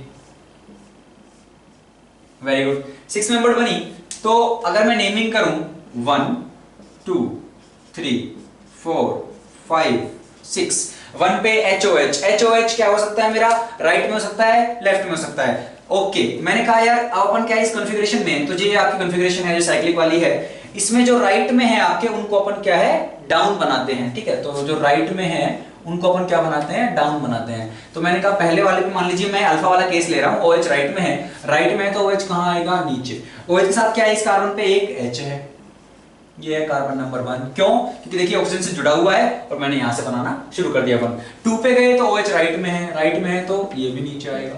3 पे आप गए, OH लेफ्ट में है तो ऊपर आएगा। 4th पे गए, OH राइट में है तो नीचे आएगा। फिर बचा 5th जिसने अटैक किया, उस भाई साहब पे एक H बचा, उस पे क्या बचा, एक आपका H बचा, एक CH2OH बचा, क्योंकि तीसरा तो एक तो इस ग्रुप से कनेक्टेड है, फोर्थ तो O से कनेक्टेड है, तो यही कार्बन है। एक H बचा, एक CH2OH बचा, तो CH2OH बचा, इसको अपन ऊपर बनाते हैं और ये आपका H। तो कुछ इस तरीके से क्या ग्लूकोज की साइक्लिक फॉर्म को अपन रिप्रेजेंट करते हैं। अच्छा, ये क्योंकि अपन ने कहा डाउन में है, मतलब अपन ने OH राइट में लिया था, तो दिस इज अल्फा फॉर्म। और ये जो साइक्लिक फॉर्म है ये क्या है, पायरान से क्या करती है, मान लीजिए ये आपका एक स्ट्रक्चर है, साइक्लिक स्ट्रक्चर, ये इसको अपन बोलते हैं, इस O को अच्छा बना लेते हैं यहां पे, ये आपका पायरान। तो अगर आप देखो तो साइक्लिक फॉर्म में एक O है, 6 मेंबर्ड है, तो पायरान से क्योंकि रिजेंबल करती है इसलिए अपन इसको बोलते हैं पायरानोज फॉर्म। ठीक है, तो एक ये हो सकता है बच्चों, दूसरा क्या हो सकता है, दूसरा आपका OH H OH H OH H OH H CH2OH H, this is your beta form. नाम क्या हो जाएगा इनका भाई, D तो था ही, D ग्लूकोज, क्योंकि OH अपना राइट हैंड साइड में था फिफ्थ कार्बन पे, तो ये क्या है अल्फा D है ना, और अल्फा D क्या हो जाएगा भाई, ग्लूकोज था तो ग्लूको, पायरान से करती है तो पायरेनोज, अल्फा D ग्लूको पायरेनोज, ये क्या हो जाएगी बीटा D ग्लूको पायरेनोज। अच्छा, अब ध्यान रखना D का मतलब ये बिल्कुल नहीं है कि ये राइट में रोटेट करेगा या लेफ्ट में रोटेट करेगा, ये हम ऑलरेडी डिस्कस कर चुके हैं। ठीक है, अच्छा, हमने बात देखी कि यार ये जो अल्फा और बीटा फॉर्म है, इनमें क्या है, आपकी बीटा फॉर्म ज्यादा स्टेबल है। ऐसा क्यों है भाई, अब साइक्लोहेक्सेन है इस तरीके से, तो मतलब ये जो चेयर फॉर्म, बोर्ड फॉर्म हमने स्टीरियो आइसोमरिज्म में पढ़ी है उसमें एग्जिस्ट करेगा ये, तो चेयर फॉर्म क्योंकि मोस्ट स्टेबल है उसमें एग्जिस्ट करेगा, तो इसके आप चेयर फॉर्म बनाइए।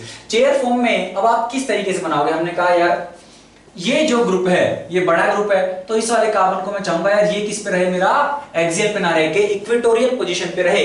और अगर ये आप इक्वेटोरियल पे चाहते हो तो क्या करिए आप इसको, क्योंकि ये अभी इस पे एक्सियल पोजीशन में है ऊपर, तो आप इस वाले कार्बन को नीचे लेके जाइए, नीचे लेके जाएंगे तो जो एक्सियल में है वो कहां पे आएगा, इक्वेटोरियल पे आएगा। तो हमने कहा कैसे बनेगा, तो ये वाला कार्बन जो उसको मैं नीचे लेके जाना चाह रहा हूं, तो ये नीचे जाएगा। ठीक है, अच्छा, ये नीचे जाएगा तो ये कहां जाएगा, ऊपर जाएगा। तो कुछ ऐसा बनाया हमने। ठीक है, यहां पे O है और यहां पे O है, तो ये नीचे गया बच्चों, ये ऊपर, ये नीचे। ठीक है, तो ये ठीक है, कुछ इस तरीके का बन गया मेरा। अब मैंने कहा यार इस तरीके का बन तो गया है ना, थोड़ा 3D में अगर आप देखना चाहो। अच्छा, ये है, अब बना लेते हैं सारे ग्रुप्स कहां कहां होंगे, ये नीचे आया, ये नीचे आया, ये ऊपर गया, तो ये नीचे आएगा, ये ऊपर जाएगा, ये नीचे आएगा। तो जो 1 नंबर कार्बन है इस पे OH एक्सियल पे था, आप उसको डाउनवर्ड लेके गए हैं तो वो तो एक्सियल पे रहेगा, तो इस पे OH एक्सियल पे, ये ऊपर गया है तो जो OH एक्सियल में था वो किधर जाएगा, आपका इक्वेटोरियल में आ जाएगा। ध्यान रखना एक्सियल में नहीं है, ये आपका किधर है बच्चों, इक्वेटोरियल पोजीशन में है। अगर आप बात करो ये ऊपर था नीचे आया, तो ये भी आपका किधर आ जाएगा, इक्वेटोरियल में आ जाएगा। अच्छा, ये नीचे था ऊपर गया तो ये भी इक्वेटोरियल में आएगा, वेरी गुड। अच्छा, इस पे ये भी इक्वेटोरियल में आएगा, अच्छी बात है, सारे इक्वेटोरियल में आ रहे हैं।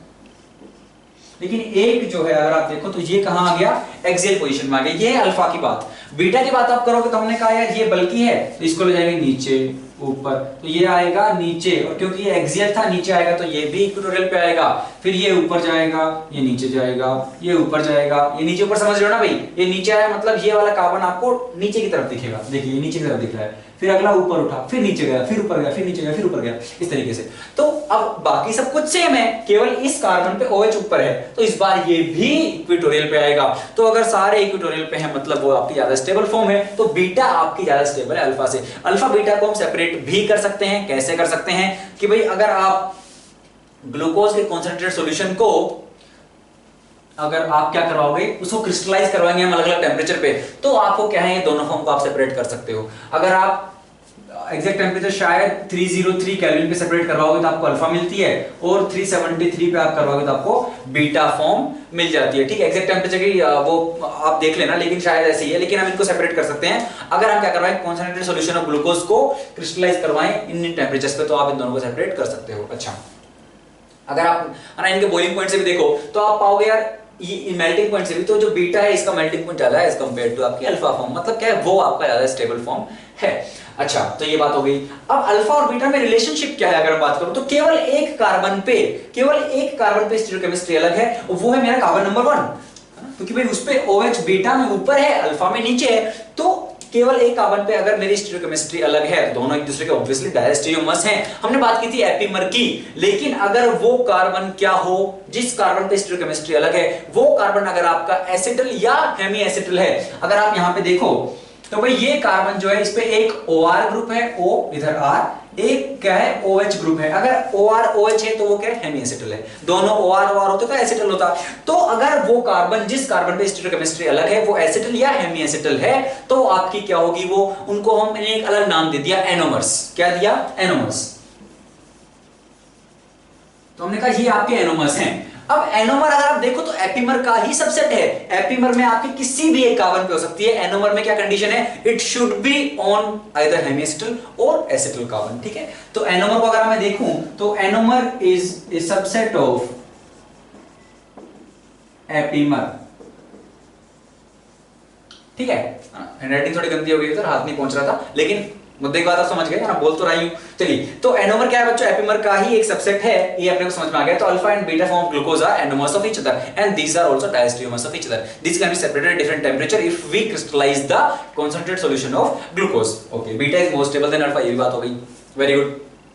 हाँ, चलिए, इसके बाद हमने पायरानोज की भी बात कर ली, ये भी हो गया। अब हम ग्लूकोज की रिएक्शंस देख लेते हैं और फिर हम चलेंगे फ्रक्टोज पे। बच्चों आगे बढ़ते हैं और देखते हैं ग्लूकोज की कुछ रिएक्शंस। तो पहले देखते हैं यार, जो ये साइक्लिक फॉर्म है इसमें जो आपके हाइड्रोक्सी आ रहे हैं OH की वजह से क्या है, कौन कौन सी रिएक्शंस आपको देखने को मिल सकती है। जैसे मान लीजिए अगर आपने क्या करवाया एसिटिक अनहाइड्राइड से या फिर CH3COCl है ना, एसिटाइल क्लोराइड, और आपने पिरिडीन से रिएक्शन करवाई तो क्या होगा, वही बात है यार। यहाँ पे क्या है, जो वो है आपका अटैक करेगा उस कार्बोनिल सेंटर पे, यहाँ पे आपका Cl जो है एक अच्छा लिविंग ग्रुप पे निकल जाएगा और आपका COCH3 इससे अटैच हो जाएगा। जहां जहां OH है वहां वहां ये कार्यक्रम देखने को अपने को मिलेगा। अच्छा, similarly in case of acetic anhydride also क्या है आपका भाई CH3, ये हम ऑलरेडी देख चुके हैं, O3 डबल बॉन्ड OCH3, जो आपका O है वो यहाँ आएगा, ये लिविंग ग्रुप बन के बाहर निकलेगा। इन केस ऑफ COCl और Cl will be leaving group. अच्छा, तो क्या बनेगा भाई यहाँ पे, अगर आप देखना चाहो तो पहला वाला जो केस है उस केस में क्या बन जाएगा, आपके O के साथ COCH3 ग्रुप अटैच हो जाएगा। मतलब यहाँ पे OH ऊपर की तरफ है तो COCH3। सिमिलरली यहाँ पे O है तो उसके साथ अटैच कर दीजिए, यहाँ पे O है उसके साथ अटैच कर दीजिए, यहाँ पे O है उसके साथ अटैच कर दीजिए। क्या अटैच कर रहे हैं? COCH3। और यहाँ पे CH2 के साथ O है उसके साथ भी अटैच कर दीजिए, सेम चीज। ठीक है, इस तरह का हो जाएगा। यहाँ पे अगर मान लीजिए मैंने NaH से रिएक्शन करवाई है ना, या सोडियम से करवाई उस तरीके से, और फिर CH3Br मैंने सेकंड स्टेप में रखा, तो क्या होगा भाई, पहले NaH जो है यहाँ पे H- जो हाइड्राइड है वो एक बेस है, वो क्या करेगा, जो OH का H+ है उसको लेके जाएगा, वहां पे O- आएगा, O- आया तो वो अब अटैक कर देगा CH3Br पे, Br निकल जाएगा, आपकी सब्स्टिट्यूशन न्यूक्लियोफिलिक रिएक्शन यहाँ पे होगी, तो SN2 आपकी यहाँ पे हो जाएगी। तो ये आपका O, तो यहाँ पे हाइड्राइड जो है H+ को लेके गया, O- आया, O- ने CH3Br पे अटैक किया, Br निकल गया, CH3 आ गया। तो इस तरीके से क्या है आपका हर जगह पे OCH3 आ जाएगा, यहाँ पे भी CH2O CH3 इस तरीके से जाएगा। तो अगर आप देखो तो ये जो डेरिवेटिव बना है, जो ये है ना, ये जो पेंटामिथाइलेशन वाला है भाई, O के साथ यहाँ CH3, O के साथ यहाँ भी CH3, 1 methyl 2 methyl 3 methyl 4 methyl 5 methyl है ना। तो आपका जो ये 5 जो मिथाइल, जो 5 मिथाइलेशन हमने करवाया है, तो ये जो डेरिवेटिव है, इस डेरिवेटिव का जब हमने हाइड्रोलिसिस करवाया तो हमने पाया, अगर आप देखो वैसे क्या बन चुका है ये, यहाँ पे अगर आप देखो तो जो OH था अब वो OH नहीं है, ये कार्बन अगर आप देखो तो अभी हेमी एसिटल नहीं एसिटल बन चुका है। एक कार्बन पे तो OR ग्रुप्स हैं, तो अगर एसिटल बन चुका है तो अब ये रिड्यूसिंग शुगर नहीं है। लेकिन अगर आप इसका एसिडिक कंडीशंस में हाइड्रोलिसिस करवाओगे तो बिल्कुल हाइड्रोलाइज होगा और आपको दोबारा यहाँ पे क्या मिलेगा, आपका ऊपर CHO मिलेगा और जिस OH ने अटैक किया था वो OH भी मिलेगा। तो यहां से हमें पता लगा यार आपका C5 का OH आया, क्योंकि बाकी जगह तो यार OCH3 रहेगा, ये तो एसिटल नहीं है ना कार्बन यार, तो ये OCH3 रहेगा, ये भी OCH3 रहेगा, ये भी OCH3, ये CH2 CH3 रहेगा।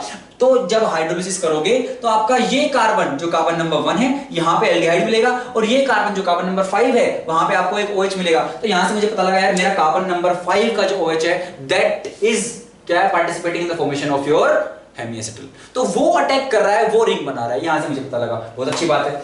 चलिए, अगर मान लीजिए आप क्या करवाते हो, इसकी रिएक्शन कराओगे आप मिथेनॉल इन कंडीशंस ऑफ, मतलब एसिड की प्रेजेंस में करवाओगे तो क्या बनेगा, अगर एसिडिक कंडीशंस हैं और मिथेनॉल है तो यहाँ पे अब आप ये ना एक ठीक-ठाक क्वेश्चन है, देखिए क्या है अपने पास है साइक्लिक फॉर्म ऑफ ग्लूकोज, तो हमने बना दिया ये OH, यहाँ पे OH, यहाँ पे OH, यहाँ पे OH और यहाँ पे CH2OH। आपने इसे रिएक्शन करवाई, अब ये H+ जाके किसी OH पे लगेगा, वो वाटर बन के बाहर निकलेगा, लेकिन ये कौन से पे जाएगा, कौन से OH पे अटैक करेगा भाई, जहां पे आपका कार्बोकेटाइन स्टेबल बनेगा। आसान सी बात है। तो मैंने कहा ये जो है, ये कार्बन अगर आप देखो यहां पे अगर H आए, ये प्लस आया, ये वाटर अगर निकलेगा, तो ये जो प्लस यहां पे आएगा ना वो मोस्ट स्टेबल होगा। क्यों? क्योंकि ये ऑक्सीजन जो है ये अपने लोन पेयर के थ्रू उसको स्टेबलाइज करेगा।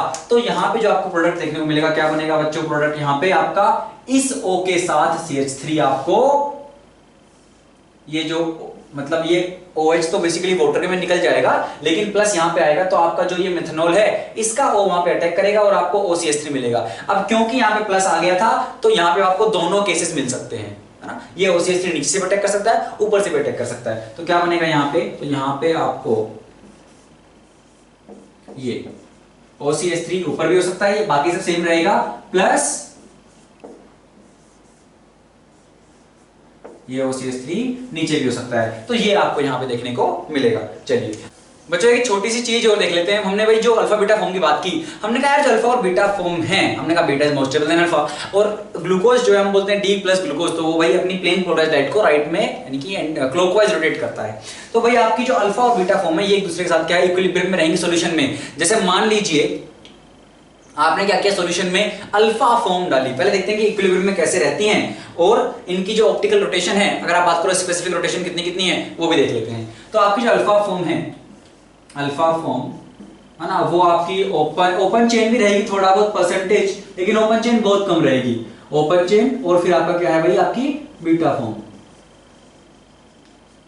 अल्फा बीटा आपको पता ही कौन सी होती है। तो अल्फा फॉर्म का अगर परसेंटेज वाइज देखूं तो ये मिलती है मुझे 36% के आसपास, बीटा मिलती है मुझे 63.8% के आसपास, और ओपन चेन बहुत ही कम 0.2% के आसपास। अब अगर आप बात करना चाहो कि इनकी ऑप्टिकल रोटेशन कितनी कितनी है, तो इसकी जो स्पेसिफिक रोटेशन है अल्फा, है ना, मतलब स्पेसिफिक रोटेशन की बात कर रहे हैं, स्पेसिफिक रोटेशन अल्फा फॉर्म की कितनी है आपकी 112 डिग्री, है ना, प्लस में ही है ये, और इसकी है बीटा की प्लस 19 डिग्री। और इसकी इन दोनों के बेसिस पर आप निकालोगे कि भाई 36 है अल्फा, तो कितनी हो जाएगी भाई ये, देखिए निकाल लेते हैं, 112 इंटू 36/100 प्लस 63.8, या फिर इसको 64 ही कर लो यार, 64 इंटू 19/100।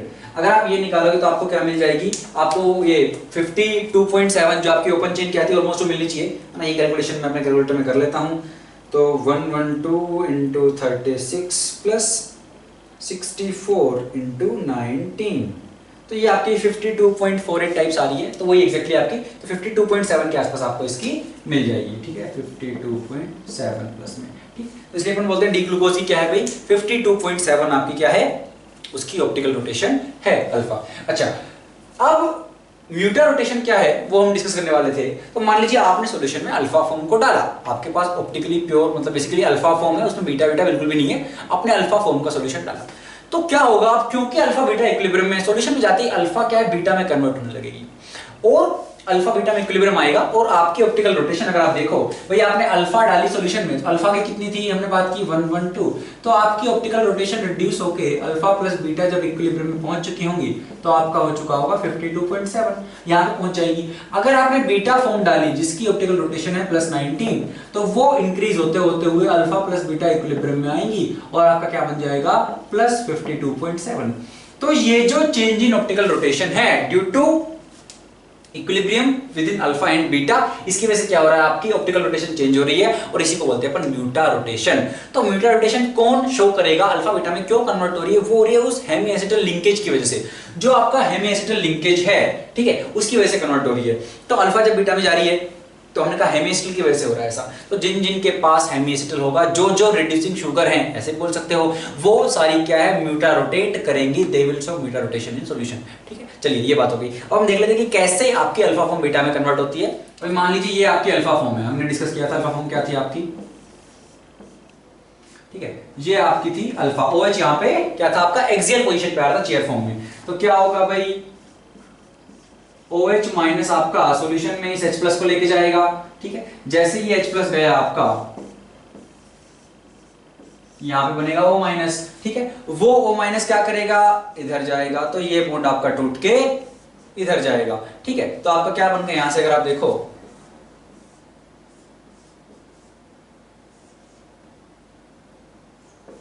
डबल बॉन्ड ओ, कुछ इस तरह का आपके पास बन चुका है, राइट। अब कुछ इस तरह का आपके पास बन गया है, तो अब ये O माइनस जो है दोबारा यहाँ पे अटैक कर सकता है और ये आपका बीटा में कन्वर्ट हो सकता है, मतलब जो OH आपका एक्सियल में था वो आपका इस बार इक्वेटोरियल पे आ जाएगा, ठीक है। तो इस तरीके से क्या आपको यहाँ से बीटा फॉर्म मिलेगी। तो अल्फा और बीटा फॉर्म क्या है आपकी इक्विलिब्रियम में है, beta being more stable than alpha, ठीक है। और हमने उनके कंट्रीब्यूशन की बात की 64-36 के आसपास है, और आपकी ओपन चेन बहुत ही कम परसेंटेज में एग्जिस्ट करती है। बाकी कुछ और रिएक्शन जैसे हम बाकी रिएक्शन देख लेते हैं। हमने कहा भाई हेमीएसिटिल है, हेमीएसिटिल आपके क्या है रिड्यूसिंग शुगर है, अगर आप इसका मेथाइलेशन करवा दोगे तब ये क्या है आपका एसिटिल बन जाएगा, then it will not be reducing sugar, then it will be non reducing sugar, ये हम बात कर चुके हैं। अगर ये अपने पास ग्लूकोज है, डी ग्लूकोज है, अपन अगर इसकी रिएक्शन टोलन फेलिंग या बेनेडिक्ट से करवाओगे तो हमने कहा भाई क्योंकि हेमीएसिटिल है, टोलन फेलिंग बेनेडिक्ट हेमीएसिटिल के साथ रिएक्शन देते हैं, ये उसको ऑक्सीडाइज कर देंगे और यहां पे आपको मिलेगा C double bond O minus. Tollens के केस में क्या होगा, जो आपका Ag प्लस है वो Ag में रिड्यूस हो जाएगा। फेलिंग और बेनेडिक्ट के केस में आपका Cu2 प्लस जो है वो आपका +1 में चला जाएगा और Cu2 वो बनाएगा जो ब्रिक रेड कलर की पीपीटी आपको देखने को मिलेगी। तो इन दोनों के साथ रिएक्शंस क्या है ये देता है। हमने कहा 2,4-DNP इनके साथ रिएक्शन नहीं देगा। H2 निकल के हम अभी बात कर चुके हैं, HiO4 HCN की बात हम कर चुके हैं, साइनोहाइड्रिन फॉर्मेशन होगा, यहाँ पे साइनाइड अटैक करेगा, OH बनेगा, ये हो चुका है। पीएच NH2 जैसे हाइड्रोक्सिल अमीन थी वैसे क्या है आपका फिनाइल हाइड्रोजीन भी है। अगर मैंने इसका एक इक्विवेलेंट लिया है तो क्या होगा, यहाँ पे डबल बॉन्ड है आपके पास, तो C डबल बॉन्ड NNPH और नीचे आपका R ऐसा का ऐसा रहेगा, आपका इसका फॉर्मेशन हो जाएगा। HCN में साइनाइड और हाइड्रोक्सी बनेगा। HiO4 देख लेते हैं एक बार, भाई ये क्या होगा, क्लीवेज कहां कहां पे होगा कार्बन कार्बन बॉन्ड का, अगर दो जो पास पास में कार्बन है उन दोनों के ऊपर OH है तो ये क्लीव कर देगा उस बॉन्ड को। यहाँ पे इस कार्बन पे भी OH है, इस पे भी OH है, ये बॉन्ड टूटेगा, ये भी टूटेगा, ये भी टूटेगा, ये भी टूटेगा, ये भी टूटेगा। OH का मतलब OH नहीं है ना, डबल बॉन्ड हो, ये भी चलेगा क्योंकि डबल बॉन्ड एसेंशियली क्या है, आप OH OH उसमें से पानी निकालोगे डबल बॉन्ड हो, तो ये भी अपना टूटेगा। तो हमने कहा ये पांचों टूटेंगे। अब जब ये टूटेगा तो क्या है, इसको OH मिलेगा, इसके पास एक OH ऑलरेडी है, एक और OH मिल गया तो क्या बन जाएगा भाई, ये HCHO प्लस। यहां पे अगर आप इसकी बात करो, एक OH है, एक OH इधर से आएगा, एक OH इधर से आएगा, तीन OH आ गए, तो भाई एक हाइड्रोजन है और एक OH आ गया, एक OH आ गया, एक और OH, इन दोनों से वाटर निकाल दीजिए, डबल बॉन्ड हो, क्या बन गया, formic acid, HC double bond OH, formic. तो अगर ये फॉर्मिक बना, ये भी फॉर्मिक बनेगा, ये भी फॉर्मिक, ये भी फॉर्मिक, क्या ये भी फॉर्मिक बनेगा, हाँ, एक OH मिलेगा, एक डबल बॉन्ड है, तो आपको 5 फॉर्मिक मिलेंगे और एक आपको फॉर्मल्डिहाइड मिलेगा। तो ये इंपॉर्टेंट है, ठीक है, बाकी भी इंपॉर्टेंट है लेकिन बाकी आपको पता है, मतलब ये भी पता ही होगी ऑब्वियसली। चलिए ये हो गया। अगर मैं बात करूं H2 निकल की, H2 निकल क्या करेगा भाई, H2 निकल आपका जो यहाँ पे एल्डिहाइड है इसको क्या कर देगा, ये आपके अल्कोहल में कन्वर्ट करेगा, तो आपको ऊपर भी क्या मिल जाएगा, CH2OH, बाकी जगह तो उसी पे OH OH है ही, है ना। ये आपका अल्कोहल को रिड्यूस नहीं कर सकता, आपके एल्डिहाइड को रिड्यूस करके वो OH में कन्वर्ट कर देगा। चलिए तो ये हो गई इसकी रिएक्शंस। अब हम देखते हैं बच्चों ओसाजोन फॉर्मेशन, जो कि बेसिकली फिनाइल हाइड्रोजन से ही इसकी रिएक्शन करवाते हैं हम। तो ओसाजोन फॉर्मेशन कैसे होता है, उसकी मैकेनिज्म क्या है, और कौन कौन से ऐसे, अब क्वेश्चन कैसे बनते हैं, कौन कौन से ऐसे मॉलिक्यूल्स हैं, कौन कौन से ऐसे कार्बोहाइड्रेट्स हैं, कौन सा pair of carbohydrate will form the same osazone, ठीक है। तो जब तक आपको मैकेनिज्म नहीं पता कैसे हो रहा है, ओसाजोन क्या है, तब तक आप ये नहीं कर पाओगे, तो वो हम देखते हैं। बच्चों आगे बढ़ते हैं और ओसाजोन फॉर्मेशन की बात करते हैं। तो ओसाजोन फॉर्मेशन में क्या होता है, आपका हम फिनाइल हाइड्रोजन से रिएक्शन करवाते हैं ग्लूकोज की, ठीक है। आपने ये रिएक्शन करवाई है ना, मतलब बाकियों के भी करवा सकते हो, पहले ग्लूकोज की समझते हैं।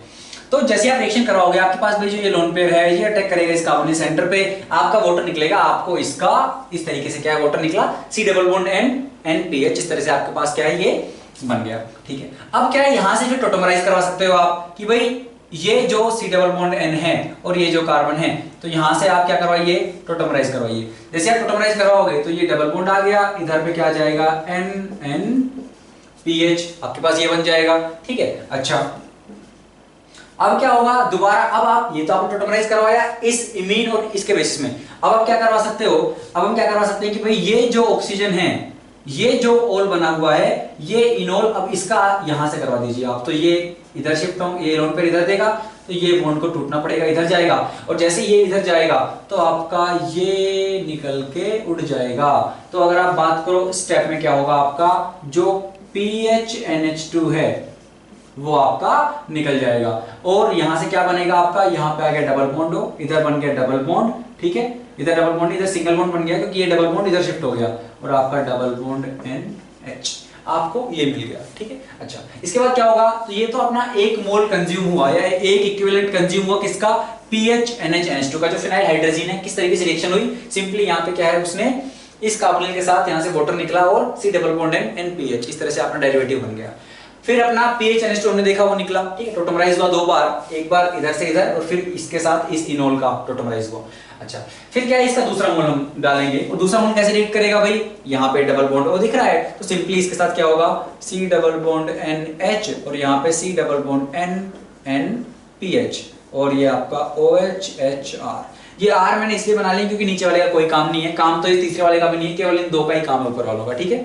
अच्छा, तो ये बन गया हमारे पास। अब इसके बाद क्या होगा, तो अपने 2 मोल, तो दूसरा इक्विवेलेंट ये रहा, ठीक है, इस फिनाइल हाइड्रोजन का मैंने दूसरा इक्विवेलेंट यूज कर दिया, और ध्यान देना PH NH2 मेरा यहाँ पे क्या है, बाहर निकल चुका है।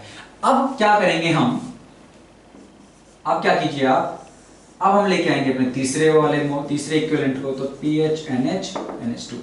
अब यहाँ पे जो डबल बॉन्ड है ये अटैक करेगा यहाँ पे, ये जैसे यहाँ पे अटैक करेगा ये इलेक्ट्रॉन शिफ्ट होंगे इधर, तो क्या बन गया आपका, जैसे उसने अटैक किया तो सबसे वाला C था ऊपर, उस पे आ गया NH2, इस वाले पे तो डबल बॉन्ड NPH था, इधर एक OHH इधर है, इधर पे है R, और इधर अटैक कर दिया मेरे किसने, NPH ने। वेरी गुड, ठीक है। अब क्या होगा भाई, इतना हमने कर लिया। अब आपके ये लोन पेयर इधर जाएंगे, आपका ये भी निकल जाएगा NH3 बन के। तो इस स्टेप में क्या हुआ, आपका NH3 बाहर जा चुका है, ऊपर वाले कार्बन से NPH बना, नीचे वाले से भी अगर आप देखो NPH बना, और फिर दूसरे वाले के बाद जितने भी हैं उनमें से कोई डिस्टर्ब ही नहीं हुआ। तो इसके लिए अगर आपको ओसाजोन फॉर्मेशन करना है तो हमें समझ में आ गया यार हमें क्या चाहिए, पहले वाले पे इस तरीके से आपको, अब क्या जरूरी है पहले पे एल्डिहाइड हो तो दूसरे पे हाइड्रोक्सी हो, लेकिन वो तो हम बात करेंगे। लेकिन मुझे एक बात समझ में आ गई कि सेकंड के बाद मेरी जो पूरी चेन है वो डिस्टर्ब नहीं हो रही है, तो अगर और अब सेकंड में ये OH राइट में हो या लेफ्ट में हो मुझे फर्क नहीं पड़ता, क्यों, क्योंकि अगर लेफ्ट में भी होता तो भी मेरी सेम मैकेनिज्म होती, कोई लेफ्ट में होने से ये थोड़ी कि यहाँ पे डबल बॉन्ड नहीं बनता, टोटोमराइज तो तब भी करता और प्रोडक्ट भी सेम बनता। तो कोई ऐसा अगर आपके पास सबस्ट्रेट है, ऐसा अगर आपके पास क्या है, स्टार्टिंग में रिएजेंट ऐसा ले रहे हो, सबस्ट्रेट आपके पास ऐसा है कि उसमें OH अगर लेफ्ट में भी है तो भी आपको सेम प्रोडक्ट मिलेगा। तो अगर आप, और ऐसा कौन सा है जिसमें ये वाला OH भी लेफ्ट में हो, ऐसा कहां मिलेगा आपको। अच्छा, तो बेसिकली मैं आपसे क्या पूछ रहा हूं, CHO यहां पे OH लेफ्ट में, फिर यहां पे भी OH लेफ्ट में, फिर OH राइट में, फिर OH राइट में, फिर CH2OH, ये और ग्लूकोज सेम ओसाजोन का फॉर्मेशन करेंगे। ओसाजोन में अगर मैं बात करूं कि भाई फिनाइल हाइड्रोजन के मेरे 3 इक्विवेलेंट कंज्यूम हुए, 2 इक्विवेलेंट ने जो है सेम टाइप से रिएक्शन की, किस किसने, जो पहले वाला यूज किया उसने डबल बॉन्डों के साथ वाटर निकाल के यहाँ पे ये अपना ये बनाया, और मेरा सेकंड वाला जो है, सेकंड वाले ने भी यहाँ पे डबल बॉन्ड है उसके साथ क्या करा, वाटर का वहां से क्या है वाटर निकला और अपना C डबल बॉन्ड N का फॉर्मेशन यहाँ पे हुआ। थर्ड वाला जो था उसने अलग तरीके से रिएक्ट किया है, उसने यहाँ पे जो इमीन था उसके कार्बन पे अटैक किया और फिर यहाँ पे NH बना, दोबारा लोन पे आया और अमोनिया बाहर निकली है। तो कुल मिला के PH NH2 और NH3 बाहर निकला और मेरे 3 इक्विवेलेंट कंज्यूम हुए, तीनों ने किस तरह से रिएक्शन की मुझे समझ में आ गया। तो इस तरीके से क्या है आप ओजोन फॉर्मेशन करवा सकते हो। हमने बात की कि यार अगर आपका OH यहाँ पे लेफ्ट में भी रहता तो भी सेम फॉर्मेशन ही आपका होता। तो चलिए, तो ये और आप ये क्या है, इसका नाम हम स्टार्टिंग में देख चुके हैं कि भाई जो फैमिली ऑफ शुगर्स थी उसमें ये कहां पे आएगा। अगर आपको पता करना है, देखिए एक बार ऊपर चल लेते हैं, देखिए मुझे भी याद नहीं है ये क्या है, लेकिन इसका नाम हम बता सकते हैं। क्यों? क्योंकि भाई CH2OH, इस तरह से हम ग्लिसरॉल्डिहाइड से शुरू हुए, ठीक है।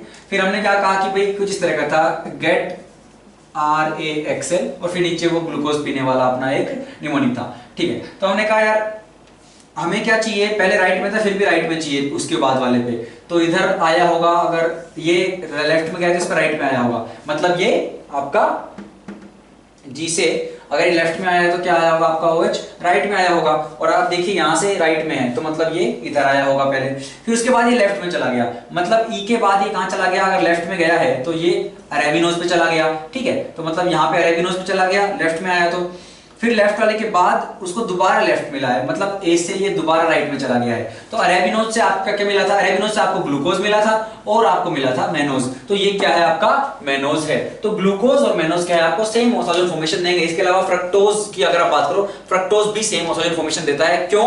क्योंकि बेसिक सॉल्यूशन में आपका क्या है, ग्लूकोज और आपका फ्रक्टोज, ये दोनों भी इक्विलिब्रियम में रहते हैं। फ्रक्टोज आपका क्या है, ग्लूकोज में कन्वर्ट हो सकता है टोटोमराइज होके, वो हम देखेंगे कैसे जब हम फ्रक्टोज पढ़ेंगे, ठीक है। तो वो भी ये तीनों, तो ग्लूकोज, फ्रक्टोज और मेनोज क्या है आपका सेम ओसाजोन फॉर्मेशन यहाँ पे करेंगे। अब हम चलिए फ्रक्टोज की कुछ रिएक्शंस क्या है देखते हैं। चलिए अब हम बात करते हैं कि यार मान लीजिए आपके पास ये फ्रक्टोज रहा, फ्रक्टोज का कैसा स्ट्रक्चर है भाई, आपका ऊपर एल्डिहाइड वगैरह कुछ नहीं है। फ्रक्टोज मतलब हमने बात की थी कि यार ये क्या आपका कीटोहेक्सोज है, 6 कार्बन है, दूसरे पे क्या है कीटोन है, और नीचे बिल्कुल ग्लूकोज जैसा है यहां से, तीसरे पे OH लेफ्ट में है, फिर राइट में है, नीचे CH2OH है और ऊपर भी क्या है CH2OH है। अब यहां पे भी क्या है, हमने देखा कि यार ये जो है 2,4-DNP sodium bisulphite shift reagent इन सब के साथ रिएक्शन नहीं दे रहा है, इनके साथ रिएक्शन नहीं दे रहा है, मतलब क्या है भाई, आपका जो यहाँ पे कीटोन ग्रुप है वो फ्री नहीं है, किसी तरह की साइक्लिक फॉर्म यहाँ पे बन रही होगी। अब देखिए यार हम ग्लूकोज पढ़ चुके हैं, सिमिलर है, इसलिए हम इसको जो है मैक्सिमम 10 मिनट्स में खत्म कर देंगे।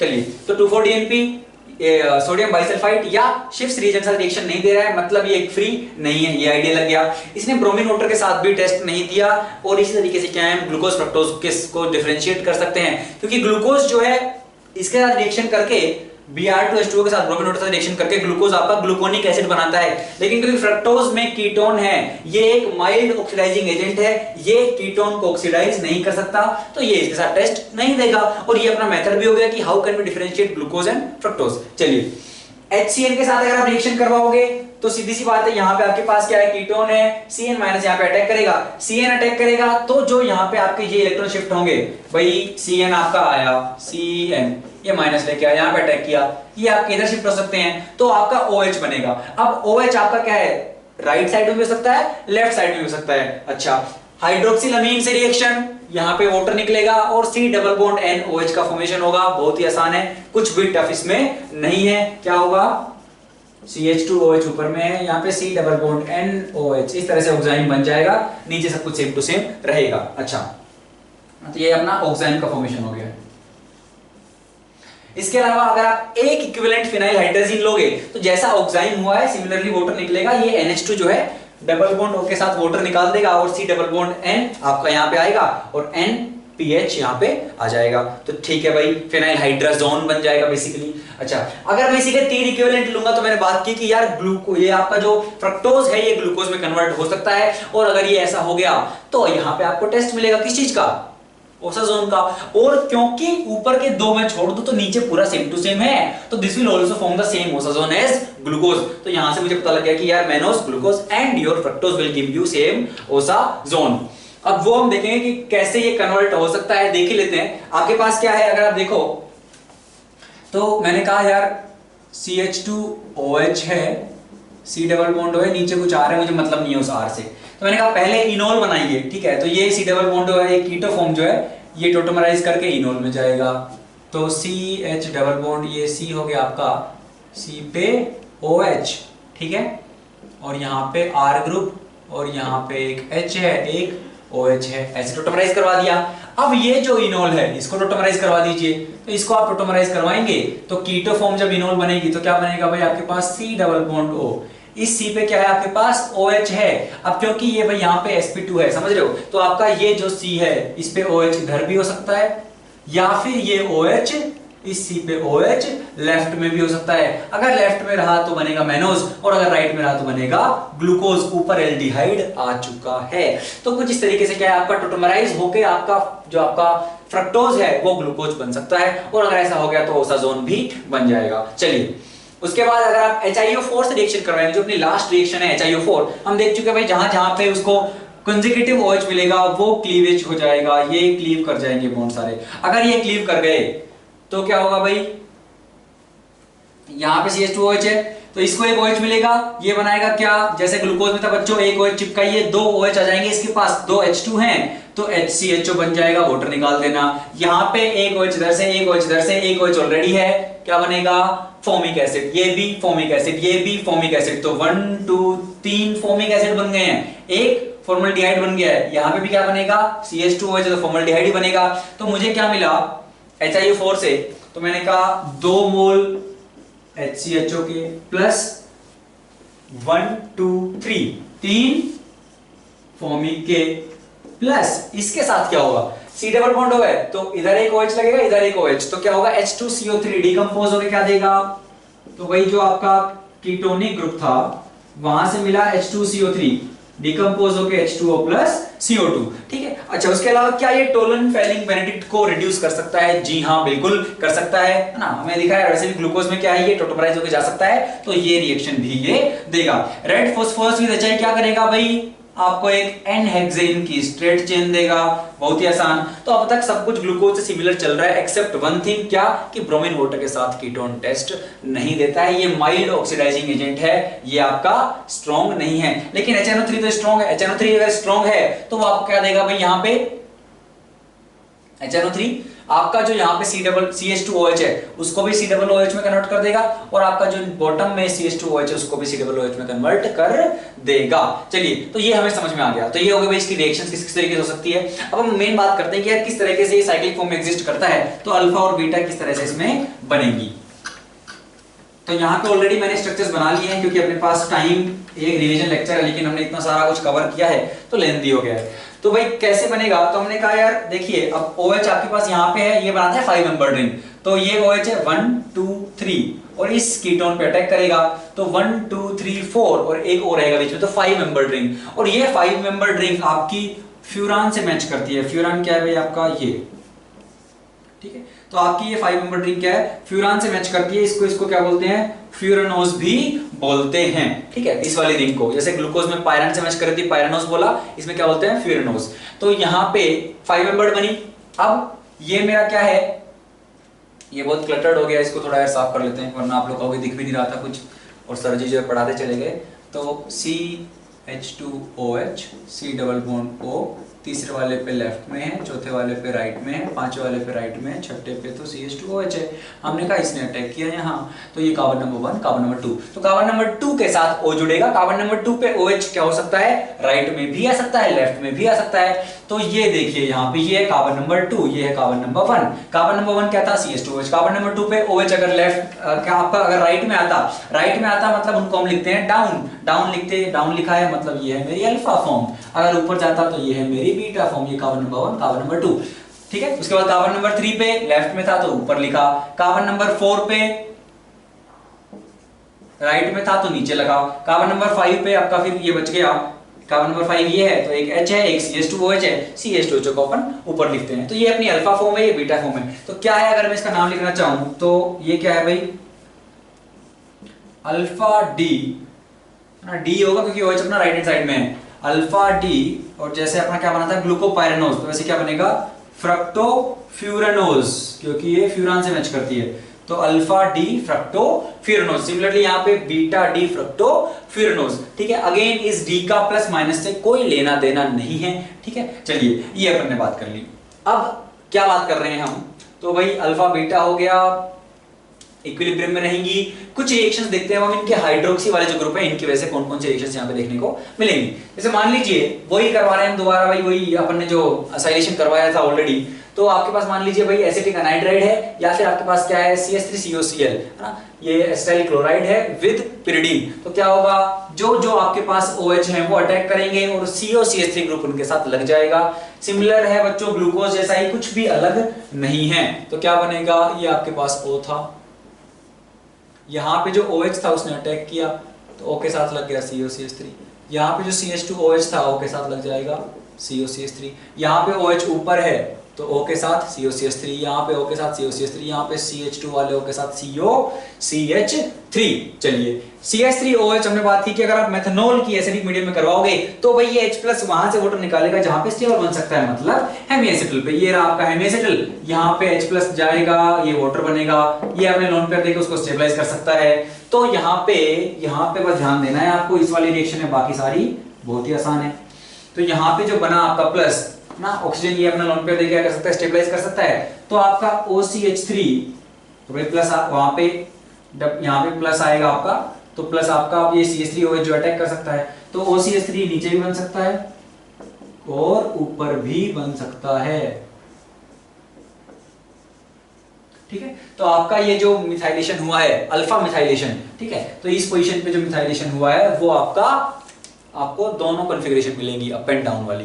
चलिए ये हमने बात कर ली, है ना, अल्फा बीटा की बात हो गई, हेमिस्ट्री की बात हो गई, है ना। हेमिस्ट्रल बन रहा है तो ये भी रिड्यूसिंग शुगर होगा, इसमें कोई ताज्जुब वाली बात नहीं है। चलिए बच्चों, आई थिंक ये चैप्टर बहुत लेंथी बन चुका है, तो I think we should stop here और पार्ट 1 को यहीं पे खत्म करना पड़ेगा। पार्ट 2 में हम जो है अपनी जो डाइसैकेराइड्स बच गए, जो पॉलीसैकेराइड्स बच गए हैं वो कवर करेंगे, और अपना जो कुछ चेन लेंथनिंग प्रोसेस, कुछ चेन शॉर्टनिंग प्रोसेस अपने पास है, ऐसे मान लीजिए रफ रिग्रेशन है, और अपने पास किलानी फिशर कन्वर्जन जो है वो सारे हम देखेंगे। तो वो पार्ट 2 में करना पड़ेगा, लेकिन पार्ट 2 आपका 30-40 मिनट से ज़्यादा का नहीं रहेगा। तो पार्ट 1 को हम यहाँ पे खत्म करते हैं। आई होप आप लोगों को मजा आया होगा, और कोशिश की कि सब कुछ हम बायोमोलिक्यूल्स में कवर करें। चैप्टर बहुत आसान है, इन्फॉर्मेटिव है, लेकिन अगर आप एक बार पढ़ लो तो सब समझ में आता है यार, बहुत आसान सा चैप्टर है, और इसमें क्वेश्चन भी JEE डिसेंट बना लेती है, और नंबर आप आसानी से पा सकते हो। तो इस चैप्टर को नहीं छोड़ना है, पढ़ाई करना है, ठीक है। चलिए तो पार्ट 1 को समाप्त करते हैं, पढ़ते रहिए बच्चों, मिलते हैं पार्ट 2 में, बाय।